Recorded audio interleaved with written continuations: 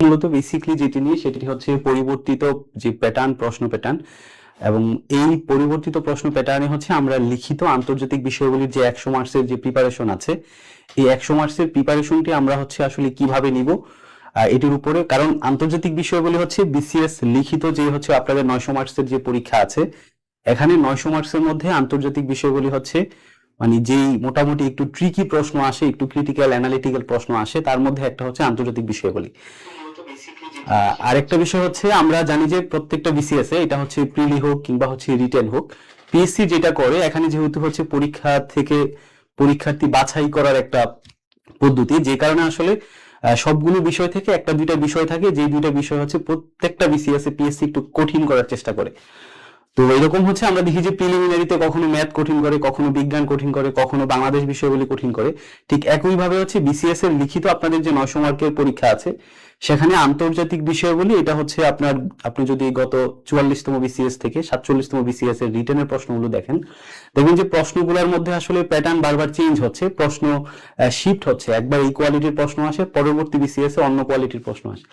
তো এরকম একটা প্রেক্ষাপটে একে তো বিসিএস রিটেনে আন্তর্জাতিক প্রশ্ন প্যাটার্ন শিফট হচ্ছে, দ্বিতীয়ত হচ্ছে প্রশ্নের অ্যানালিটিক্যাল যে প্রশ্ন, এখান থেকে অ্যানালিটিক্যাল প্রশ্ন আসে, তৃতীয়ত হচ্ছে এই যে একটা আপনাদের সিলেবাসে যেই সিলেবাসটা দেওয়া আছে পিএসসির ওয়েবসাইটে বিসিএস আন্তর্জাতিক বিষয়গুলির, ওই সিলেবাসের এখন আসলে কোন জায়গা থেকে প্রশ্ন আসে আমরা আসলে কেউই জানি না, আপনি যদি প্রশ্নগুলো দেখেন। তো এই জায়গা থেকে আমাদের আজকের প্রথম ক্লাসে আমরা চেষ্টা করব আন্তর্জাতিক বিষয়গুলির যে সিলেবাসটা আছে সেটা বোঝার, এবং এই যে পরিবর্তিত প্রশ্নের প্যাটার্ন, বিশেষ করে 46 এবং 47 এই দুটো বিসিএস, এই দুইটা বিসিএস এ আসলে প্রশ্ন কোন কোন জায়গা থেকে এসেছে, আপনি হচ্ছে কোন কোন জায়গাগুলো হচ্ছে ভালো করে কভার দিবেন, পুরো সিলেবাসটা আমরা বোঝার চেষ্টা করব। কারণ আন্তর্জাতিক এই সিলেবাসটা যদি আপনি বুঝতে পারেন, তাহলে হচ্ছে আপনার আন্তর্জাতিক প্রিপারেশন হচ্ছে আপনার 1/3 শেষ।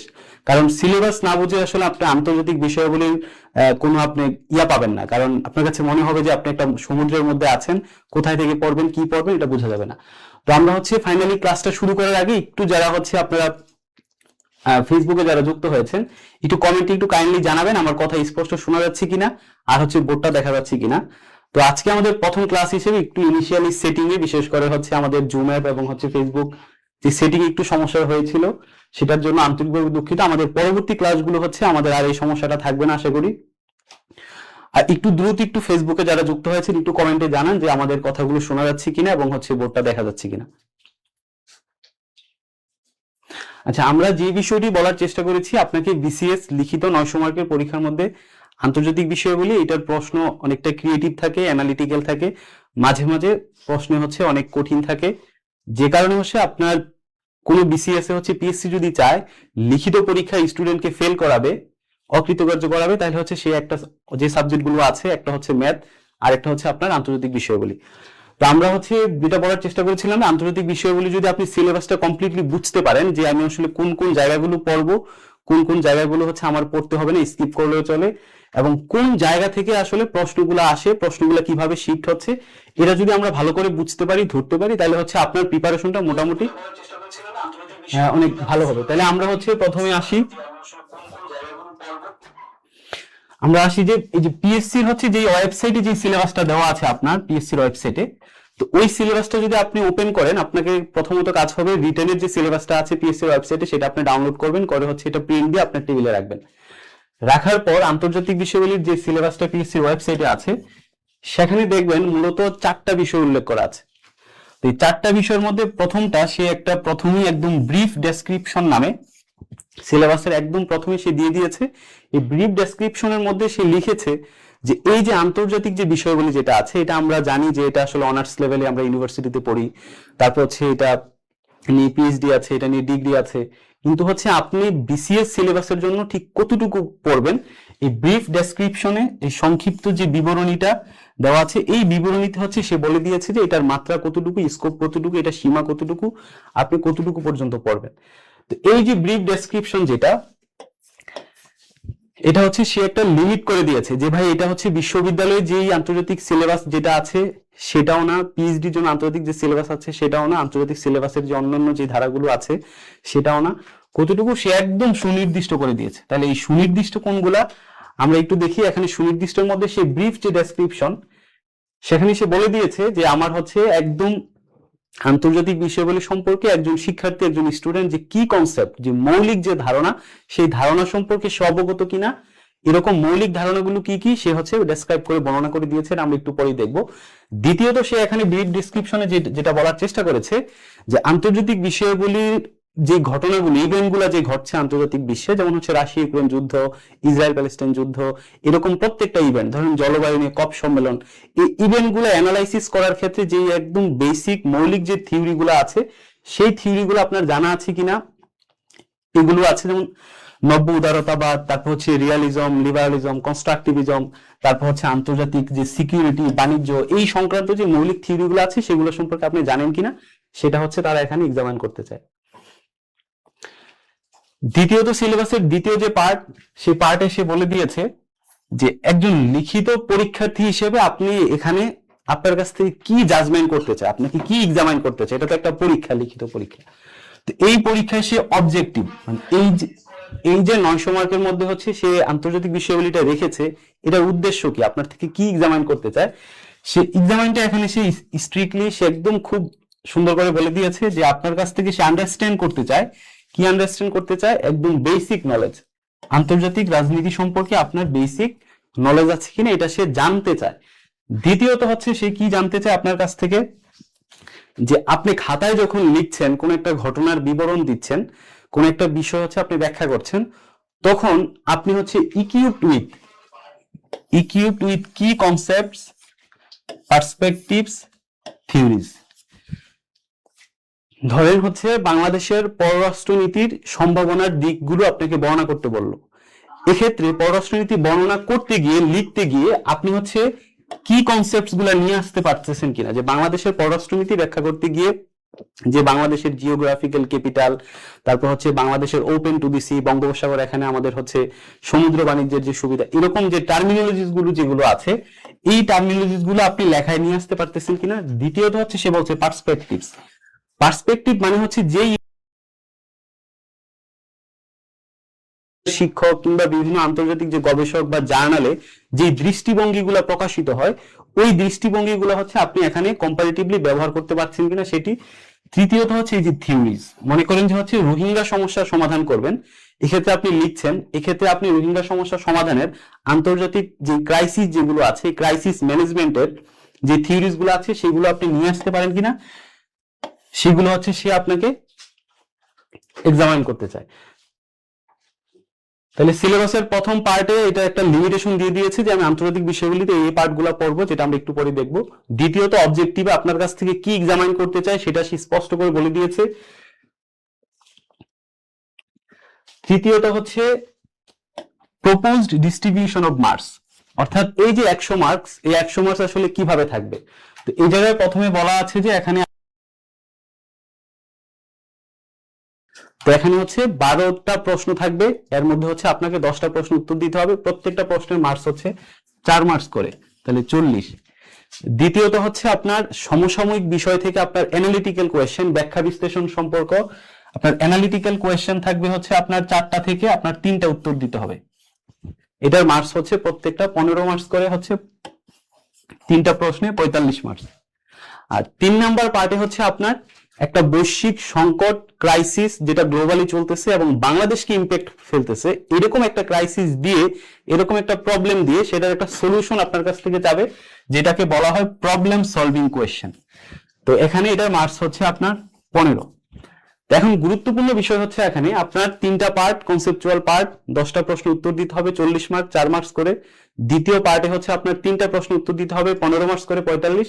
আর তৃতীয় যে পার্ট আছে, একটা বৈশ্বিক গ্লোবাল ক্রাইসিস দিবে, সেটা আপনাকে সমাধান করতে বলবে, সেটার মার্কস হচ্ছে 15। তাহলে এই যে টোটাল 100 মার্কস, সেই 100 মার্কস যে ডিস্ট্রিবিউশন সে করলো, এখানে সে বলে দিয়েছে কিন্তু আপনার দেখেন যে প্রপোজড ডিস্ট্রিবিউশন। এই যে প্রপোজ শব্দটা দিয়েছে, এটার মানে হচ্ছে কি আপনি জানেন? এটার মানে হচ্ছে এই যে আপনাকে এখানে বলেছে যে 10টা প্রশ্ন উত্তর করতে হবে, সেখানে হয়তো 12টা প্রশ্ন দিতে পারে বা 13টা প্রশ্ন দিতে পারে, 13টা থেকে আপনি বেছে বেছে 10টা আনসার করবেন। আবার এমনও হতে পারে যেহেতু প্রপোজড, তার মানে হচ্ছে যিনি কোয়েশ্চেন করতেছেন তাকে একটা যথেষ্ট স্বাধীনতা দেওয়া হয়েছে, যে আপনি চাইলে 10টার জায়গায় 12টা দিতে পারবেন, 14টা দিতে পারেন, আবার আপনি না চাইলে কোনো অপশনই দিতে পারবেন না, আপনি নিজের মতো করে প্রশ্নটা করতে পারবেন। যে ক্ষেত্রে আপনি যদি দেখেন 46 এর প্রশ্ন যদি দেখেন, সেখানে দেখবেন যে এই যে কনসেপচুয়ালে সেখানে হচ্ছে আপনার 10টা প্রশ্ন দিয়েছে, 10টারই উত্তর দিতে হয়েছে, কোনো অপশন দেয় নাই। কারণ কি? কারণ এখানে লেখা আছে যে প্রপোজড, অর্থাৎ প্রশ্নকর্তাকে স্বাধীনতা দেওয়া হয়েছে। আপনি যদি 35 থেকে 42তম বা প্রশ্নগুলো দেখেন, সেখানে দেখবেন যে ইম্পিরিক্যালি যে 3টা প্রশ্ন উত্তর দিতে হয়, সেখানে দেখবেন যে কখনো 5টা প্রশ্ন ছিল, সেখান থেকে আপনি 3টা দিবেন, কখনো 4টা ছিল, সেখান থেকে 3টা দিবেন, অর্থাৎ আপনার হাতে একটা অপশন দিত।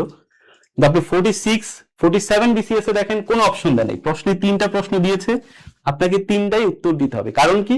কারণ সে বলেছে এখানে প্রপোজড ডিস্ট্রিবিউশন, অর্থাৎ মার্কস ডিস্ট্রিবিউশনটা ফিক্সড না, প্রশ্নকর্তার উপর ছেড়ে দিয়েছে। তো যে কারণে হচ্ছে আপনাকে এমন ভাবে প্রিপারেশন নিতে হবে, একদম সবগুলো প্রশ্নই আপনাকে উত্তর দিতে হবে, কোনো অপশন আপনাকে দিবে না। তাহলে এটা একটু মেন্টালি প্রিপেয়ার নিয়ে রাখবেন, প্রিপারেশন নিয়ে রাখবেন যে 10টা প্রশ্নের মধ্যে আমাকে 10টাই আনসার করতে হবে, 3টা প্রশ্নের মধ্যে 3টাই আনসার করতে হবে, প্রবলেম সলভিং একটার মধ্যে একটাই আনসার করতে হবে।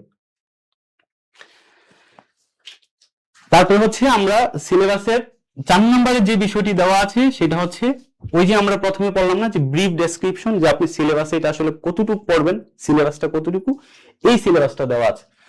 এখন এই সিলেবাসের ক্ষেত্রে একটা ইস্যু, আপনি অনেকে মনে হবে যে আপনি যদি বিগত প্রশ্নগুলো দেখেন 46, 47, আপনাদের কিন্তু রেফারেন্স কিন্তু এই দুইটা বিসিএস, কারণ এর আগের বিসিএস এ যারা প্রশ্ন করতো 46 থেকে 47 নতুন কমিশন আসার পরে তারা কিন্তু একটা অন্য আরেকটা প্যাটার্নে প্রশ্নগুলো করছে। তো যে কারণে হচ্ছে আপনাদের রেফারেন্স হচ্ছে 46 বিসিএস আর একটা হচ্ছে 47 বিসিএস। এই দুইটা বিসিএস এর বাংলাদেশ বিষয়াবলীর লিখিত প্রশ্ন, আন্তর্জাতিক বিষয়াবলীর লিখিত প্রশ্ন, দুইটা করে 4টা প্রশ্ন আপনি হচ্ছে প্রিন্ট করে আপনার টেবিলের উপরে রাখবেন, এবং হচ্ছে আমরা যে শীট যখন দিব, অথবা আমি চেষ্টা করব প্রশ্নগুলো তখন আপনাদেরকে দিয়ে দেওয়ার জন্য রেফারেন্স পয়েন্ট। এখন সিলেবাসের যে বিষয়টা, সিলেবাসে একটা দৃষ্টিভঙ্গি অনেকে বলছে যে পিএসসি এখন সিলেবাস ফলো করে না, এক। দ্বিতীয়ত অনেকে বলে যে আন্তর্জাতিক বিষয়াবলীর ক্ষেত্রে, বাংলাদেশ বিষয়াবলীর ক্ষেত্রে, যে এটা বেশিরভাগ হচ্ছে বিভিন্ন কোচিং সেন্টার গুলো থেকে এই ন্যারেটিভটা আসে, যে আসলে খালি পত্রিকা পড়ো, পত্রিকা মানে যখন কমন আসে না তখন বলা হয় কি যে পত্রিকা থেকে আসছে, এই জন্য পত্রিকার গুরুত্ব অনেক। কিন্তু আপনি হচ্ছে এই যে দুইটা বিসিএস এর 46 এবং 47 বাংলাদেশ বিষয়াবলীর দুইটা প্রশ্ন নেবেন হাতের সামনে, চোখের সামনে, আর আন্তর্জাতিকের প্রশ্ন নেবেন, আপনি ওখানে খুলে একটা প্রশ্ন পাবেন না যেটা আপনি ওই পত্রিকার এডিটোরিয়াল পড়ে, পত্রিকা পড়ে হচ্ছে আপনি বাংলাদেশের যে পত্রিকাগুলো আছে সেগুলো দেখে আপনি হুবহু আনসার করতে পারবেন। কারণ আপনি যারা পরীক্ষা দিয়েছে 46 এবং 47 তাদেরকে জিজ্ঞেস করেন যে পত্রিকার সাথে প্রশ্নের কোনো রেলিভেন্সি ছিল না, বাট পত্রিকা পড়লে যেটা হয় আপনি এডিটোরিয়াল গুলোর সাথে আপডেটেড থাকলেন, একটা যে কোনো একটা ইস্যু সেটা কি এবং সেটাতে কি কি প্রবলেমস হচ্ছে, এটার সলিউশনটা কি কি হতে পারে, এডিটোরিয়াল থেকে সেটা আপনি ধারাবাহিক যখন পড়ার মধ্য দিয়ে যাবেন, তখন আপনার মধ্যে একটা যে কোনো একটা টপিক ডেসক্রাইব করার ক্ষেত্রে, বর্ণনা করার ক্ষেত্রে আপনার একটা ধারণা তৈরি হবে, লেখার একটা ওয়ে অফ স্টাইল আপনার মধ্যে তৈরি হবে পত্রিকা এডিটোরিয়াল পড়লে। এটা হচ্ছে পত্রিকার সুবিধা। কিন্তু পত্রিকা থেকে আসবে বা পত্রিকা পড়ে আপনি আনসার দিতে পারবেন এরকম প্রশ্ন থাকে না। তাহলে এখন আমি সিলেবাসটা কি করব?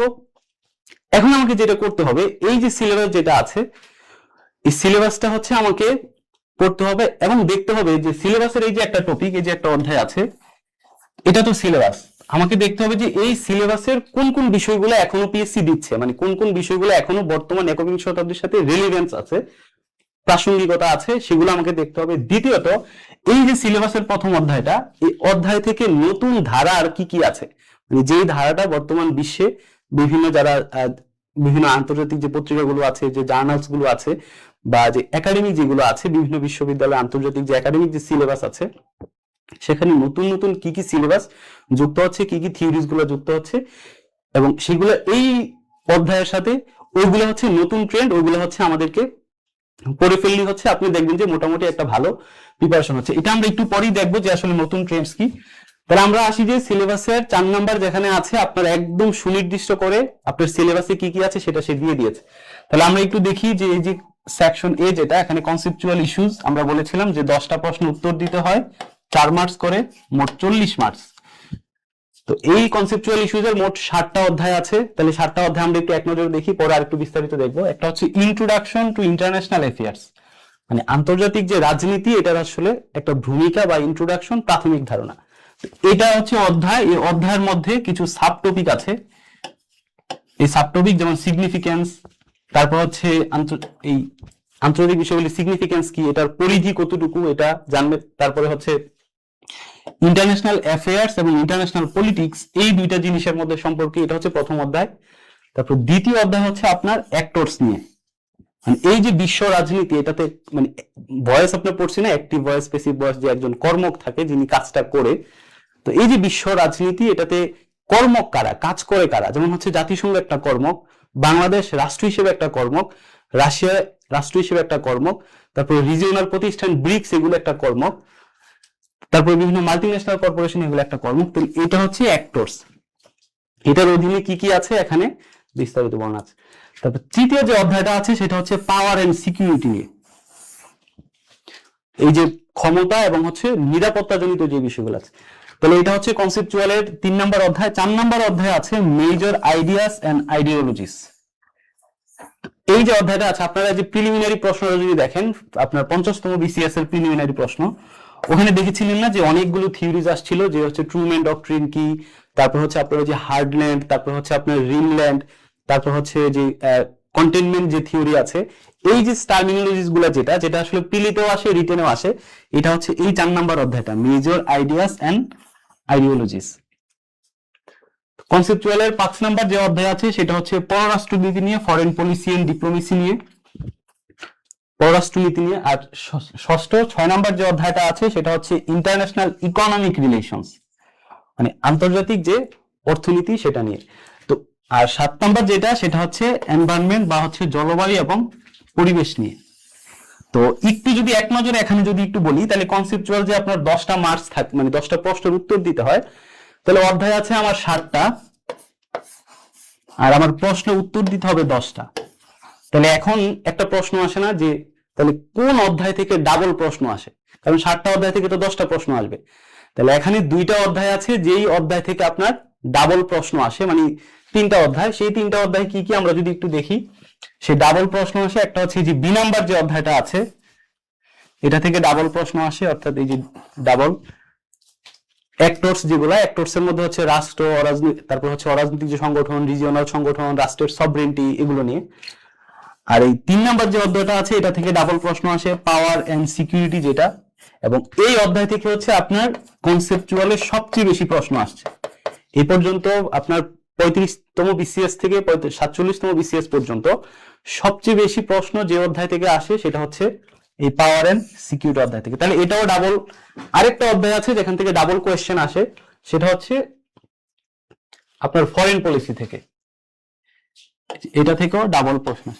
তাহলে 7টা অধ্যায় থেকে সাধারণত 7টা প্রশ্ন থাকে, আর 2-3টা অধ্যায় আছে যেখান থেকে ডাবল প্রশ্ন আসে। তাহলে সেটার মধ্যে কি, এটা হচ্ছে পাওয়ার এন্ড সিকিউরিটি, অ্যাক্টরস, আর একটা হচ্ছে ফরেন পলিসি এন্ড ডিপ্লোমেসি। এই 3টা থেকে আমার হচ্ছে ডাবল কোয়েশ্চেন আসে।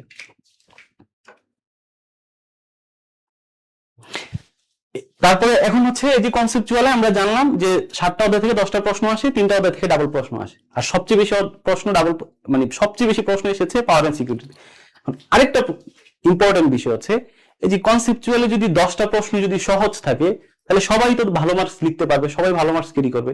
তাহলে পিএসসি যে আপনারা 10-12 হাজার পরীক্ষা দিবেন, বা রিটেনে সাধারণত আপনার এই 9 থেকে 12 হাজার, এটাই হচ্ছে স্ট্যান্ডার্ড এখন থেকে, মানে পিএসসি এটাকে স্ট্যান্ডার্ড হিসেবে নিয়েছে। সে মানে সে প্রিলি যত পরীক্ষাই দেখ না কেন, সে টিকাবে হচ্ছে 9 থেকে 12 হাজার, এটা যে কমিশনই আসুক না কেন।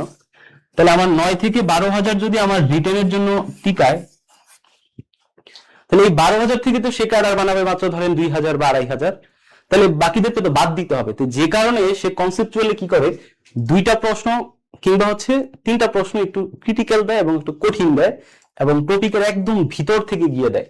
তাহলে এই যে কঠিন প্রশ্ন যে অধ্যায় থেকে আসে, সেই অধ্যায়টার নাম হচ্ছে আপনার ইকোনমিক রিলেশন, মানে সবচেয়ে হার্ড এবং কঠিন প্রশ্ন আসে এই ইকোনমিক যে চ্যাপ্টারটা আছে কনসেপচুয়ালে, এটা থেকে হচ্ছে সবচেয়ে কঠিন প্রশ্ন। আপনি যদি 46 বিসিএস এর প্রশ্নটা দেখেন, সেখানে আসছে ওই যে আপনার কেইনসিয়ান ইকোনমি এবং হচ্ছে আপনার যে অস্ট্রিয়ান যে ইকোনমি আছে, একটা রিসেন্ট একটা ডিবেট আছে সেখানে আপনার মুদ্রানীতি নিয়ে। তো ওই জায়গা থেকে একটা প্রশ্ন আসছে একদম ভিতর থেকে। আপনার 47 এর বিসিএস যদি দেখেন, এখান থেকে হচ্ছে একদম ভিতর থেকে যে ট্রিনিটি নামে একটা ইয়ে আছে, ওই জায়গা থেকে হচ্ছে একটা প্রশ্ন আসে। তার মানে আপনি এখান থেকে কনসেপচুয়াল পড়ার সময় মাথায় রাখবেন যে আমার যে অধ্যায়ের শুধু এই এখানে যেগুলো আছে, international trade, investment, north south gap, তারপর হচ্ছে রিজিওনালাইজেশন, তারপর হচ্ছে আপনার গ্লোবালাইজেশন, এগুলোর পাশাপাশি ইকোনমির যে ডিপ নলেজ যেটা আছে, বেসিক নলেজ যেটা আছে, আপনি সেটাও গ্যাদার করতে হবে। স্পেসিফিকলি কোন অধ্যায়টার ক্ষেত্রে, সেটা হচ্ছে আমার ইকোনমির অধ্যায়টার ক্ষেত্রে। তাহলে এটা হচ্ছে আমার ডিপলি পড়তে হবে, এটা হচ্ছে একটা অধ্যায় ইকোনমি। তাহলে আমার গেল কনসেপচুয়াল ইস্যুটা, আমরা একটু পরে আর বিস্তারিত আলোচনা করব যে কোন অধ্যায় থেকে কিভাবে আসে। এবার আসি যে আমার যে 45 মার্ক 3টা প্রশ্ন থাকে এমপিরিক্যালে, সেখানে হচ্ছে পিএসসি আমাকে কি দিয়েছে সেখানে। তো পিএসসি সেখানে আপনাকে 7টা অধ্যায় দিয়েছে, সে এখানেও সে 7টা অধ্যায় দিয়েছে, কিন্তু আমার প্রশ্ন আনসার করতে হবে কয়টা, সেটা হচ্ছে 3টা। তাহলে 3টা প্রশ্ন আমার 45 মার্কস আনসার করতে হবে। তো এই জায়গায় 7টা অধ্যায় আমরা একটু দেখি, তারপর একটু পরে এখান থেকে আমরা একদম খুঁটে খুঁটে বের করব, বিশ্লেষণ করে যে কোথায় থেকে কি প্রশ্ন আসে। এটা টপিক হচ্ছে এমপিরিক্যাল ইস্যু, মানে এখান থেকে আমার কি একটা ব্রড অ্যানালিটিক্যাল প্রশ্ন থাকবে, সেটা থেকে অ্যান্সার করতে হবে। কিন্তু এখানে রিসেন্টলি একটা চেঞ্জ আসছে, সেটা হচ্ছে পিএসসি এই এমপিরিক্যাল পার্ট থেকে ওই যে আপনাদের কনসেপচুয়াল যে 7টা পড়লাম না আমরা, যে এখান থেকে যে 10টা প্রশ্ন দেয়, এই 10টা প্রশ্নের মধ্যে 2টা 3টা কিংবা কখনো হচ্ছে 4টা প্রশ্ন সে এই কনসেপচুয়াল থেকে না দিয়ে সে হচ্ছে যে এমপিরিক্যালের যে সিলেবাসটা আছে, এই সিলেবাস থেকে হচ্ছে সে কনসেপচুয়ালের প্রশ্নগুলো দিয়ে দিচ্ছে। এটা কিভাবে দিচ্ছে আমরা একটু পরে দেখবো। তাহলে এমপিরিক্যালের জন্য সে কি দিয়েছে, যে ইউনাইটেড নেশন সিস্টেম, অর্থাৎ জাতিসংঘ যেটা আছে সেটা সম্পর্কে হচ্ছে সে একটা অধ্যায় এখানে রেখেছে এমপিরিক্যালে। তো ধরুন জাতিসংঘের যে বাংলাদেশের শান্তিরক্ষী মিশন আছে, সেই জায়গা থেকে একবার একটা প্রশ্ন আসছিল, আরেকবার প্রশ্ন আসলে এই যে জাতিসংঘ এটা অকার্যকর, কোন গ্লোবাল যে হচ্ছে আপনার ওয়ার গুলো চলছে, গ্লোবাল যে ক্রাইসিস গুলো চলছে, সেগুলো আসলে সলভ করতে পারেনি, ম্যানেজমেন্ট করতে পারেনি, যে কারণে জাতিসংঘ ধরেন অনেকে বলে যে এটা একটা অকার্যকর, এটা হচ্ছে ব্যর্থ সংগঠন। সেক্ষেত্রে জাতিসংঘটাকে কিভাবে ফাংশনাল করা যায়, এই জায়গা থেকে একটা প্রশ্ন আসছে। একটা প্রশ্ন আসছে জাতিসংঘের সাথে বাংলাদেশ রিলেট করে, আরেকটা প্রশ্ন আসছে জাতিসংঘ কিভাবে ফাংশনাল করা যায়, আরেকটা প্রশ্ন এখানে আসছে যে সাম্প্রতিক সময়ে জাতিসংঘের সফলতা এবং ব্যর্থতাগুলো কি কি তুলে ধরুন। তাহলে এটা হচ্ছে জাতিসংঘের একটা অধ্যায়, প্রথম অধ্যায় এমপিরিক্যালের জন্য। দ্বিতীয় অধ্যায়টা হচ্ছে foreign relations of major powers. তাহলে এই যে একটা অধ্যায়, এটাতে হচ্ছে কি আছে, মেজর পাওয়ার্স, বড় বড় শক্তিগুলোর মধ্যে যেই কূটনৈতিক সম্পর্ক, বাণিজ্যিক সম্পর্ক, বায়োলেটারাল রিলেশন, যেমন হচ্ছে USA, Russia, UK, China, France, তারপর হচ্ছে ইন্ডিয়া, জাপান, জার্মানি, অর্থাৎ কি প্লেয়ার যেগুলো আছে বিশ্ব রাজনীতিতে, যুক্তরাষ্ট্র, ভারত, রাশিয়া, তুরস্ক, এরকম কি প্লেয়ারদের মধ্যে, চীন যুক্তরাষ্ট্র সম্পর্ক, তারপর হচ্ছে ভারত যুক্তরাষ্ট্রের মধ্যে সম্পর্ক, মানে এরকম কি প্লেয়ার গুলোর মধ্যে যে আন্তর্জাতিক যে সম্পর্ক, সেটা এটা একটা অধ্যায়। 3 নম্বর অধ্যায় হচ্ছে আপনার গ্লোবাল ইনিশিয়েটিভস এন্ড ইনস্টিটিউশনস। তো এটা হচ্ছে গ্লোবাল ইনিশিয়েটিভ, মানে হচ্ছে বৈশ্বিক যে সংস্থাগুলো আছে যারা বিভিন্ন উদ্যোগ গ্রহণ করে, যেমন আইএমএফ ধরেন একটা বৈশ্বিক সংস্থা, এটা তো বিভিন্ন উদ্যোগ গ্রহণ করে, যেমন আইএমএফ এর এসডিআর আপনারা পড়েছেন, আইএমএফ এর ঋণ পড়েছেন। তার মানে আইএমএফ একটা সংস্থা, এখান থেকে কি আসে, এই আইএমএফ কি কি ইনিশিয়েটিভ গুলো নিয়ে থাকে। তাহলে এরকম বৈশ্বিক ইনস্টিটিউশন কি, যেমন ওয়ার্ল্ড ব্যাংক একটা, এই যে ওয়ার্ল্ড ব্যাংক একটা, তারপর হচ্ছে আইএমএফ, তারপর হচ্ছে এডিবি, জি8, জি7, ওয়ার্ল্ড ট্রেড অর্গানাইজেশন। এই যে দেখেন যে মোস্ট ফেভার নেশন নামে একটা কনসেপচুয়ালে একটা প্রশ্ন আসে। তাহলে এই যে মোস্ট ফেভার নেশন এটা কি, এটা হচ্ছে এই যে ওয়ার্ল্ড ট্রেড অর্গানাইজেশন আছে, তাদের একটা ইনিশিয়েটিভ, তাদের একটা উদ্যোগ, এটা প্রশ্ন আসে। ধরেন এই যে আইএমএফ, তো আইএমএফ এর ইনিশিয়েটিভ কি, আইএমএফ হচ্ছে বিভিন্ন রাষ্ট্রকে সেই লিকুইডিটি ক্রাইসিস থেকে ওঠার জন্য, ব্যালেন্স অফ ট্রেড ঠিক রাখার জন্য তার একটা ইনিশিয়েটিভ হচ্ছে সে আইএমএফ সে লোন দেয়। তাহলে এই যে তার ইনিশিয়েটিভ, তার লোন দেওয়া, এই লোনের মধ্যে হচ্ছে একটা হচ্ছে ধরেন কনসেশনাল লোন, মানে সহজ, একটা হচ্ছে নন কনসেশনাল লোন, মানে সহজ শর্তে ঋণ এবং কঠিন শর্তে। তার মানে এই ইনিশিয়েটিভ থেকে সে প্রশ্ন দিয়েছে, হুটুয়ের ইনিশিয়েটিভ থেকে সে প্রশ্ন দিয়েছে, ওয়ার্ল্ড ব্যাংকের যে ইনিশিয়েটিভ সেখান থেকে সে প্রশ্ন দিয়েছে। তার মানে বৈশ্বিক যে সংস্থাগুলো আছে, এই সংস্থাগুলো শুধু জানলেই হবে না, তারা কি কি ইনিশিয়েটিভ নিচ্ছে আমাকে সেটাও জানতে হবে। তার মানে এখানে বলেই দিয়েছে গ্লোবাল ইনিশিয়েটিভ এন্ড ইনস্টিটিউশন।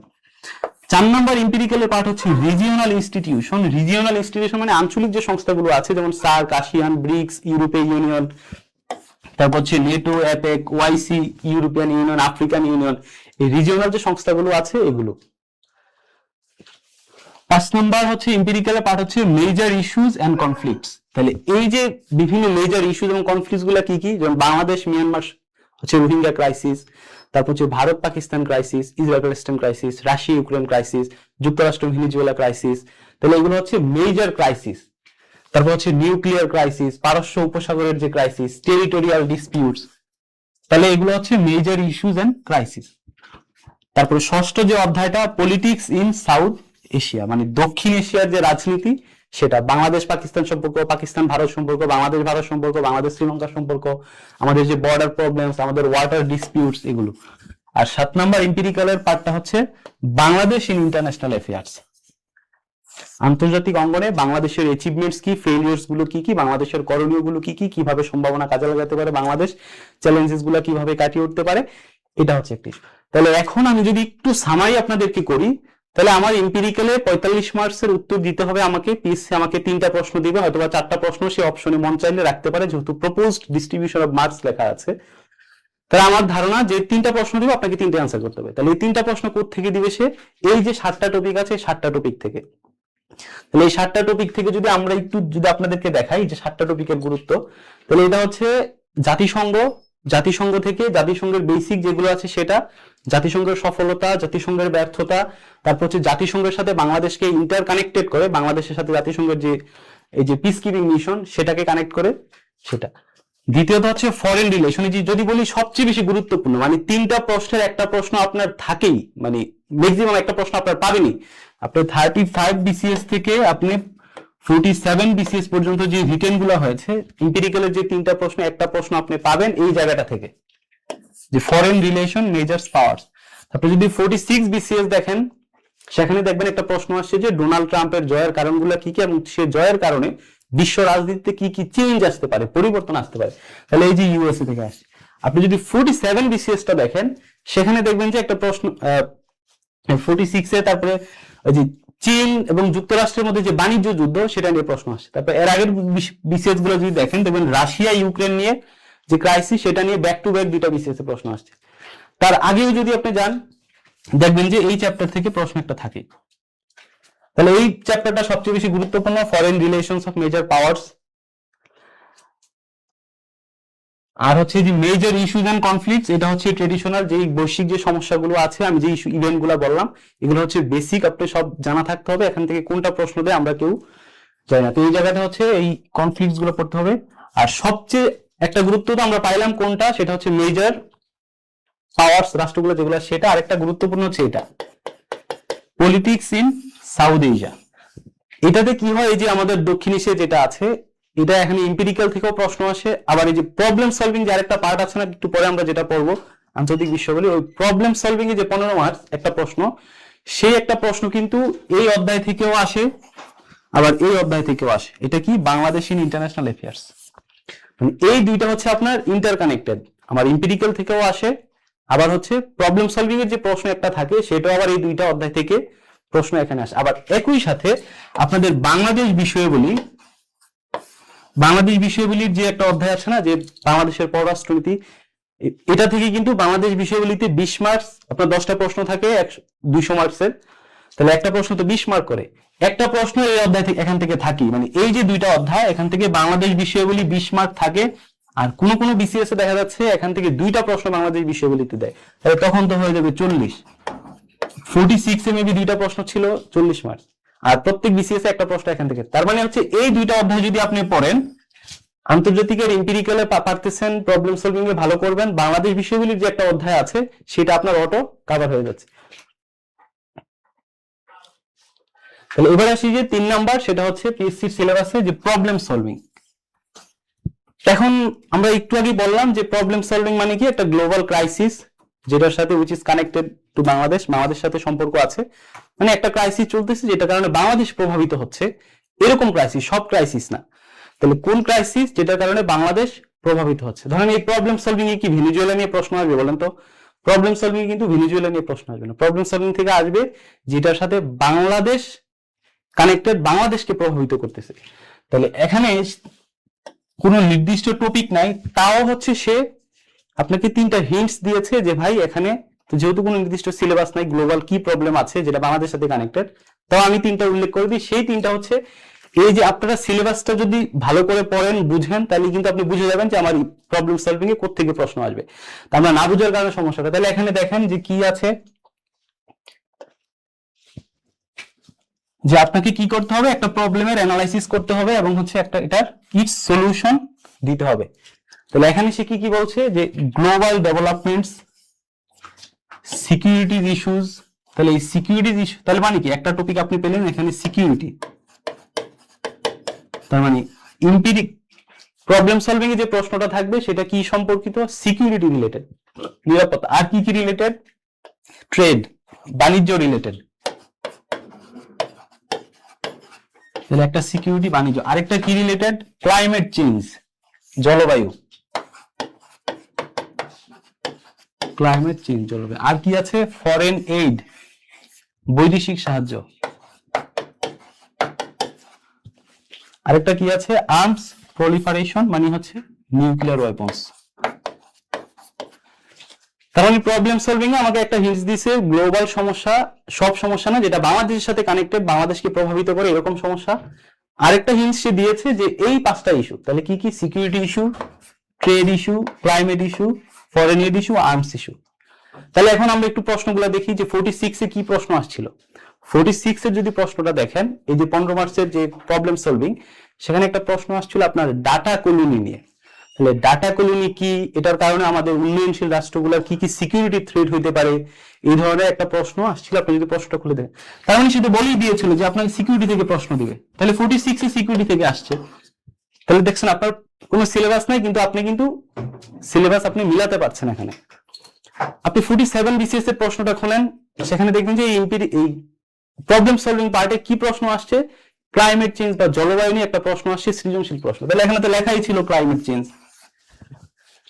তার মানে হচ্ছে প্রবলেম সলভিং এ কোনো সিলেবাস না থাকলেও আপনাকে যে হিন্টস সে দিয়ে দিয়েছে, একটা নির্দেশনা দিয়েছে, সেটার মধ্য থেকেই সে প্রশ্ন দেয়।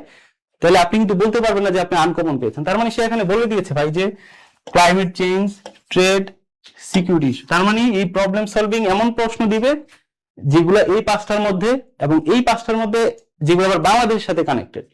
তাহলে দেখুন এই যে সিকিউরিটি ডাটাগুলো নিয়ে আসছিল, সিলেবাসে দিচ্ছে, এবং সিকিউরিটি থেকে সেই প্রশ্নটা যদি দেখেন এমন ভাবে সাজিয়েছে, বাংলাদেশের সাথে কানেক্ট করে সেই প্রশ্নটা সাজিয়েছিল। 47 এর ক্লাইমেট চেঞ্জের প্রশ্নটা যদি দেখেন, এই জায়গায় কিন্তু আসলে ওই যে ক্লাইমেট যে ফান্ড দিবে বাংলাদেশের মতো তৃতীয় বিশ্বের রাষ্ট্রগুলোকে, গ্লোবাল সাউথের, একটু বুঝলাম। আরো একটু ডিপে আমরা বুঝবো যে প্রশ্ন আসলে কিভাবে শিফট হচ্ছে, কিভাবে প্রশ্নগুলো আসছে। তাহলে আমরা পিএসসির সিলেবাসটা বুঝলাম, একটা বেসিক ধারণা পেলাম। এই যে প্রবলেম সলভিং এর যে 5টা, এটা কিন্তু আপনাকে কেউ কোথায় বলবেন, আপনি এটা কোথায় কোনো বইও আপনি দেখবেন যেটা পাবেন না। তো যে কারণে আপনাকে একটু কেয়ারফুলি, আপনি যদি একটু স্মার্টলি প্রিপারেশন নেন, একটু কেয়ারফুলি প্রিপারেশন নেন, তাহলে কিন্তু প্রিপারেশনটা আপনার সহজ। আর যদি বুঝবেন না যে আসলে আপনি কি পড়বেন, কি বাদ দিবেন, তাহলে প্রবলেম সলভিং ইস্যু যখন আপনি পড়বেন, তখন আপনার মাথায় কিন্তু সবসময় এই দুইটা জিনিসই ঘুরবে। তাহলে কি, যেটা বাংলাদেশের সাথে কানেক্টেড এমন সমস্যা, আর একটা হচ্ছে ওই যে সিলেবাসের একটা হিন্টস 5টা যে দেওয়া আছে, ট্রেড, ক্লাইমেট চেঞ্জ, তারপর হচ্ছে সিকিউরিটি, তারপর হচ্ছে ফরেন এইড, আর হচ্ছে আর্ম প্রলিফারেশন। এই 5টা রিলেটেড যে কোনো ধরনের ইস্যু আপনি যখন সামনে পাবেন, একটু এক নজর পড়ে ফেলবেন। তাহলে পিএসসির দৃষ্টিতে আমরা দেখলাম। এবার হচ্ছে এই যে কনসেপচুয়ালের 7টা অধ্যায়, এম্পিরিক্যালের 7টা অধ্যায়, প্রবলেম সলভিং এর একটা অধ্যায়, এগুলো আপনি কিভাবে সাজাবেন, আপনি কিভাবে পড়বেন, এটা একটু আমরা দেখি। তো এখানে আমরা দেখলাম যে কনসেপচুয়াল, যেটা হচ্ছে আপনার বেসিক ধারণা যাচাই করে, অর্থাৎ হোয়াট, মানে জিনিসটা আসলে কি, এটা যাচাই করে, আপনাকে জানতে চায়। তারপরে 45 মার্কসের যে বিশ্লেষণমূলক, যেটা অ্যানালিটিক্যাল, আপনার অ্যানালিটিক্যাল এবিলিটি আছে কিনা, অর্থাৎ হোয়াই এবং হচ্ছে হাউ, মানে এটা একটা ইভেন্ট, ঘটনা কেন ঘটছে এবং কিভাবে সেটা ঘটছে। তো এখন কেন ঘটছে সেটা ব্যাখ্যা বিশ্লেষণের ক্ষেত্রে পিএসসি আপনাকে একটা হিন্টস দিয়েছে যে আপনাকে থিওরি নিয়ে আসতে হবে, টার্মিনোলজিস নিয়ে আসতে হবে, আপনাকে পার্সপেক্টিভস নিয়ে আসতে হবে। আর হাউ মানে হচ্ছে আপনি ওয়ে দেখাবেন, সলিউশনটা কি হবে, বা এটা কিভাবে ঘটছে, কিভাবে ঘটবে, এরকম একটা প্রিডিকশন বা হাউ, এটা আপনি দেখাবেন এখানে।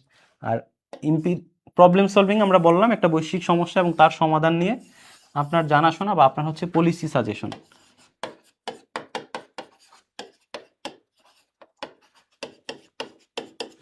তিনটা। তাহলে আমরা আমাদের পরীক্ষার্থী দৃষ্টিকোণ থেকে আমরা একটু এবার সিলেবাসটা বুঝবো, তাইলে হচ্ছে আপনার জন্য বিসিএস আন্তর্জাতিক সিলেবাসটা একদম সহজ মনে হবে, আপনার প্রিপারেশনটা অনেক স্মুথ হবে। তাহলে এবার আসি যে প্রথম পর্ব কনসেপচুয়ালের যে 7টা অধ্যায়, এটা আসলে কি চায় সে। তাহলে কনসেপচুয়ালে সে যেহেতু বলে দিয়েছে যে সে কি করবে, পিএসসি আন্ডারস্ট্যান্ড যে আপনার একজন ক্যান্ডিডেটের basic knowledge about international politics. তাহলে বেসিক নলেজ জানতে চাইলে কি প্রশ্ন করবে? তাহলে আমরা বলছি যে হোয়াট এর উত্তর জানতে চাইবে। তাহলে আমরা একটু কনসেপচুয়ালের প্রশ্নগুলো দেখি যে কি প্রশ্ন আসছে। দেখেন 47তম বিসিএস এ আসছে জনকূটনীতি বা পাবলিক ডিপ্লোমেসি বলতে কি বোঝায়। তার মানে হোয়াট এর আনসার জানতে চাইছে না, যে পাবলিক ডিপ্লোমেসিটা আসলে কি, মানে একদম সিলেবাসে বলছে যে বেসিক নলেজ। তাহলে এটা একটা বেসিক নলেজ, পাবলিক ডিপ্লোমেসি বা জনকূটনীতি কি, হোয়াট এর আনসার জানতে চাইছে এই জিনিসটা কি। 47 বিসিএস এর একটা প্রশ্ন দেখেন অর্থনৈতিক জাতীয়তাবাদ বা ইকোনমিক ন্যাশনালিজম বলতে কি বোঝায়। তারপর আমরা যদি 46 বিসিএস এর প্রশ্নগুলো দেখি যে গ্লোকাল বলতে কি বোঝায়, যে গ্লোকাল শব্দটি ব্যাখ্যা করুন বা ধারণা এটা কি। তারপর হচ্ছে শক্তি সাম্য বা যে ব্যালেন্স অফ পাওয়ার যেটা, এটা বলতে কি বোঝায় 46 বিসিএস। তার আগের 45-44 বিসিএস এর প্রশ্নগুলো যদি দেখেন আন্তর্জাতিক রাজনীতিতে অ্যানার্কিক্যাল সোসাইটি বলতে কি বোঝায়। ইকোনমি অধ্যায় থেকে কনসেশনাল এর নন কনসেশনাল ঋণ জিনিসটা কি। ফাংশনালিজম ধারা কি বোঝায়। হাইব্রিড ওয়ারফেয়ার ধারণাটি ব্যাখ্যা করুন বা এটা কি। গ্লোবাল কমন্স ধারণাটি, এটা আমি 40 বিসিএস আসছিল। তারপরে নন স্টেট অ্যাক্টর কি। তার মানে এম্পিরিক্যাল আপনার কনসেপচুয়াল পার্টে আপনার হোয়াটের আনসার জানতে চায়, এটা হচ্ছে একটা প্যাটার্ন। তাহলে আপনার কনসেপচুয়ালের যে 10টা প্রশ্নের উত্তর দিতে হয় তার মধ্যে একটা প্যাটার্ন সিলেবাসের, যেটা 35তম বিসিএস থেকে আপনার এই 47তম বিসিএস পর্যন্ত এই প্যাটার্নটা ফলো করা হয়েছে। এখান থেকে 10টা প্রশ্নের কিছু প্রশ্ন এখান থেকে থাকে। তাহলে আমরা এই প্যাটার্নে দেখি যে 47তম বিসিএসও আসছে 2টা, এই প্যাটার্নে হচ্ছে 46তম বিসিএসও আসছে 2টা বা 3টা, এই 47 এই প্যাটার্ন থেকে আরো বেশি আসছে। ওই যে নন স্টেট অ্যাক্টর কি, এটাও প্রশ্নটা এখানে আসছে।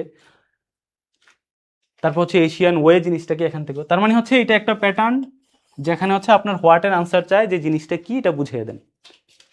ভাই লাইভ কেটে গেছে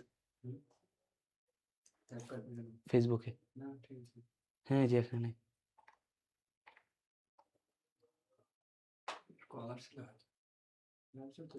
কোথায়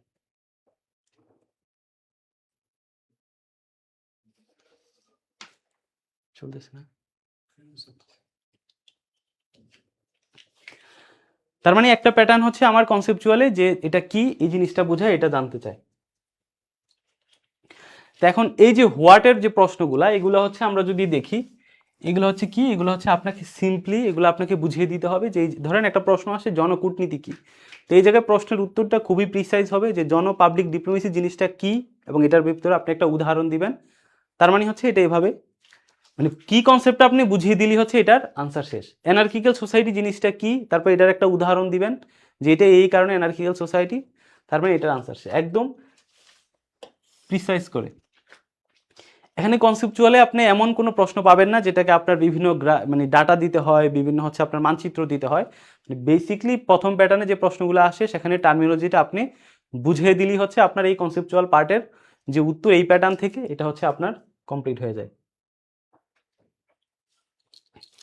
তো এখন হচ্ছে এই যে প্রশ্নগুলো আসছে পাবলিক ডিপ্লোমেসি কি, জনকূটনীতি কি, তারপর হচ্ছে আপনার এই যে কনসেশনাল নন কনসেশনাল ঋণ কি, হাইব্রিড ওয়ারফেয়ার কি, এগুলো হচ্ছে আগে আপনার এই যে 35 বিসিএস থেকে আপনি যদি 42 বিসিএস পর্যন্ত দেখেন, এই বিসিএসগুলোতে কনসেপচুয়াল টার্মগুলো সিলেবাসের যে অধ্যায়গুলো আমরা দেখলাম একদম হুবহু সেখান থেকে দিই। তাহলে সিলেবাসে আমরা কি দেখেছিলাম যদি একটু আপনাদেরকে আরেকবার দেখাই।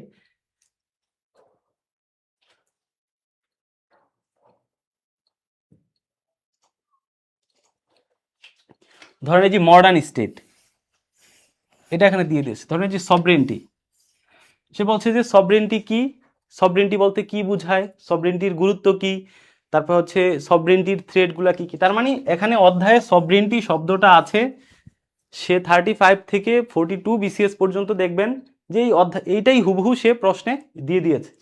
ধরেন এখানে প্রশ্নে এখানে হুবহু আপনার সিলেবাসে পিএসসির সিলেবাসে লেখা আছে ব্যালেন্স অফ পাওয়ার, সে প্রশ্নে হুবহু দিয়েছে যে শক্তি সাম্য বলতে কি বোঝায়, ব্যালেন্স অফ পাওয়ার বলতে কি বোঝায়, আন্তর্জাতিক রাজনীতিতে ব্যালেন্স অফ পাওয়ার ধারণাটি ব্যাখ্যা করুন। তারপরে ধরেন এখানে দেওয়া আছে যে এই যে আর্মামেন্টস, ডিসআর্মামেন্টস, মানে আমি আপনাদেরকে যেটা বুঝাতে, ধরেন এখানে দেওয়া আছে যে ইকোনমিক যে অধ্যায়টা আছে সেখানে পিএসসির সিলেবাসে কি দেওয়া আছে যে রিজিওনালিজম, এই শব্দটাকে প্রশ্নে হুবহু উঠিয়ে দিয়ে বলছে যে রিজিওনালিজম বলতে কি বোঝায়, ধারণাটি ব্যাখ্যা করুন। তার মানে হচ্ছে আমরা যেটা বুঝাতে চেয়েছি আপনাকে যে এই যে হোয়াটের যে প্যাটার্ন, প্রথম প্যাটার্ন, এই প্যাটার্নে পিএসসি যেটা করে আগে যেটা করতো হুবহু সিলেবাস থেকে একটা টার্মিনোলজি নিয়ে সে প্রশ্নে দিয়ে দিত, সেটা ব্যাখ্যা করা বলতো। কিন্তু এখন যেটা করে সে, এখন এগুলো দিতে দিতে এই যে এর মাঝখানে আর কোনো ওই সিলেবাসের আর কোনো টপিক বাদ নাই, সে সব দিয়ে ফেলেছে। সিলেবাসে আছে গ্লোবালাইজেশন, সে দিয়ে ফেলছে একটা প্রশ্নে, সিলেবাসে আছে সভরেন্টি, সে পরীক্ষায় এটা চলে আসছে। তাহলে এখন সে কি করবে? এখন সে যেটা করে আপনার ওই যে সভরেন্টি শব্দটা উল্লেখ আছে না, ওই সভরেন্টির ভিতরে, এটার ভিতরে যে সাব টপিক আছে, ধরো সভরেন্টির ভিতরে সাব টপিক হচ্ছে হিউম্যানিটেরিয়ান ইন্টারভেনশন, মানে একটা রাষ্ট্র সভরেন্টি, এটা সিলেবাসে দেওয়া আছে, সেইটা পরীক্ষাও দিয়েছে, এটা চলে আসছে। তাহলে এখন কি করবে সে? এখন ওই সভরেন্টির যে sub topic humanitarian intervention, responsibility to protect, এই জায়গাগুলো থেকে আসছে। তারপর সভরেন্টির সাব টপিক হচ্ছে শেয়ার্ড সভরেন্টি, লিমিটেড সভরেন্টি, জন অস্টিনের সভরেন্টি, তারপর যে বুডান এর সভরেন্টি। তার মানে এখন হচ্ছে সে কি করতেছে, ওই সিলেবাসে দেওয়া মূল টপিকের ভিতর থেকে সাব টপিক থেকে প্রশ্ন দেওয়া দিচ্ছে, যেই সাব টপিকগুলো হচ্ছে আবার সিলেবাসে নাই। দ্বিতীয়ত সিলেবাসে আমরা দেখলাম যে রিজিওনালিজম, এটা একটা মূল টপিক হিসেবে সেখানে দিয়েছে এবং এটা পরীক্ষাও আসছে। তাহলে এখন সে কি করবে?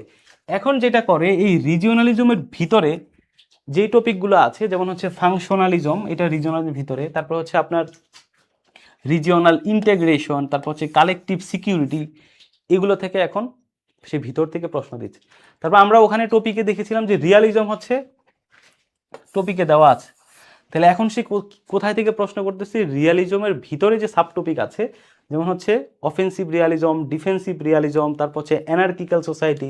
তবে যে অ্যানার্কিক্যাল, এটা কিন্তু হচ্ছে রিয়ালিজমেরই একটা ফিচার বা হচ্ছে বৈশিষ্ট্য। সিলেবাসে আপনার এখানে দেওয়া আছে লিবারালিজম, লিবারালিজম সিলেবাসে দেওয়া আছে, এটা একবার পরীক্ষায় চলে আসছে। তাহলে এখন সে কোথায় থেকে প্রশ্ন করবে?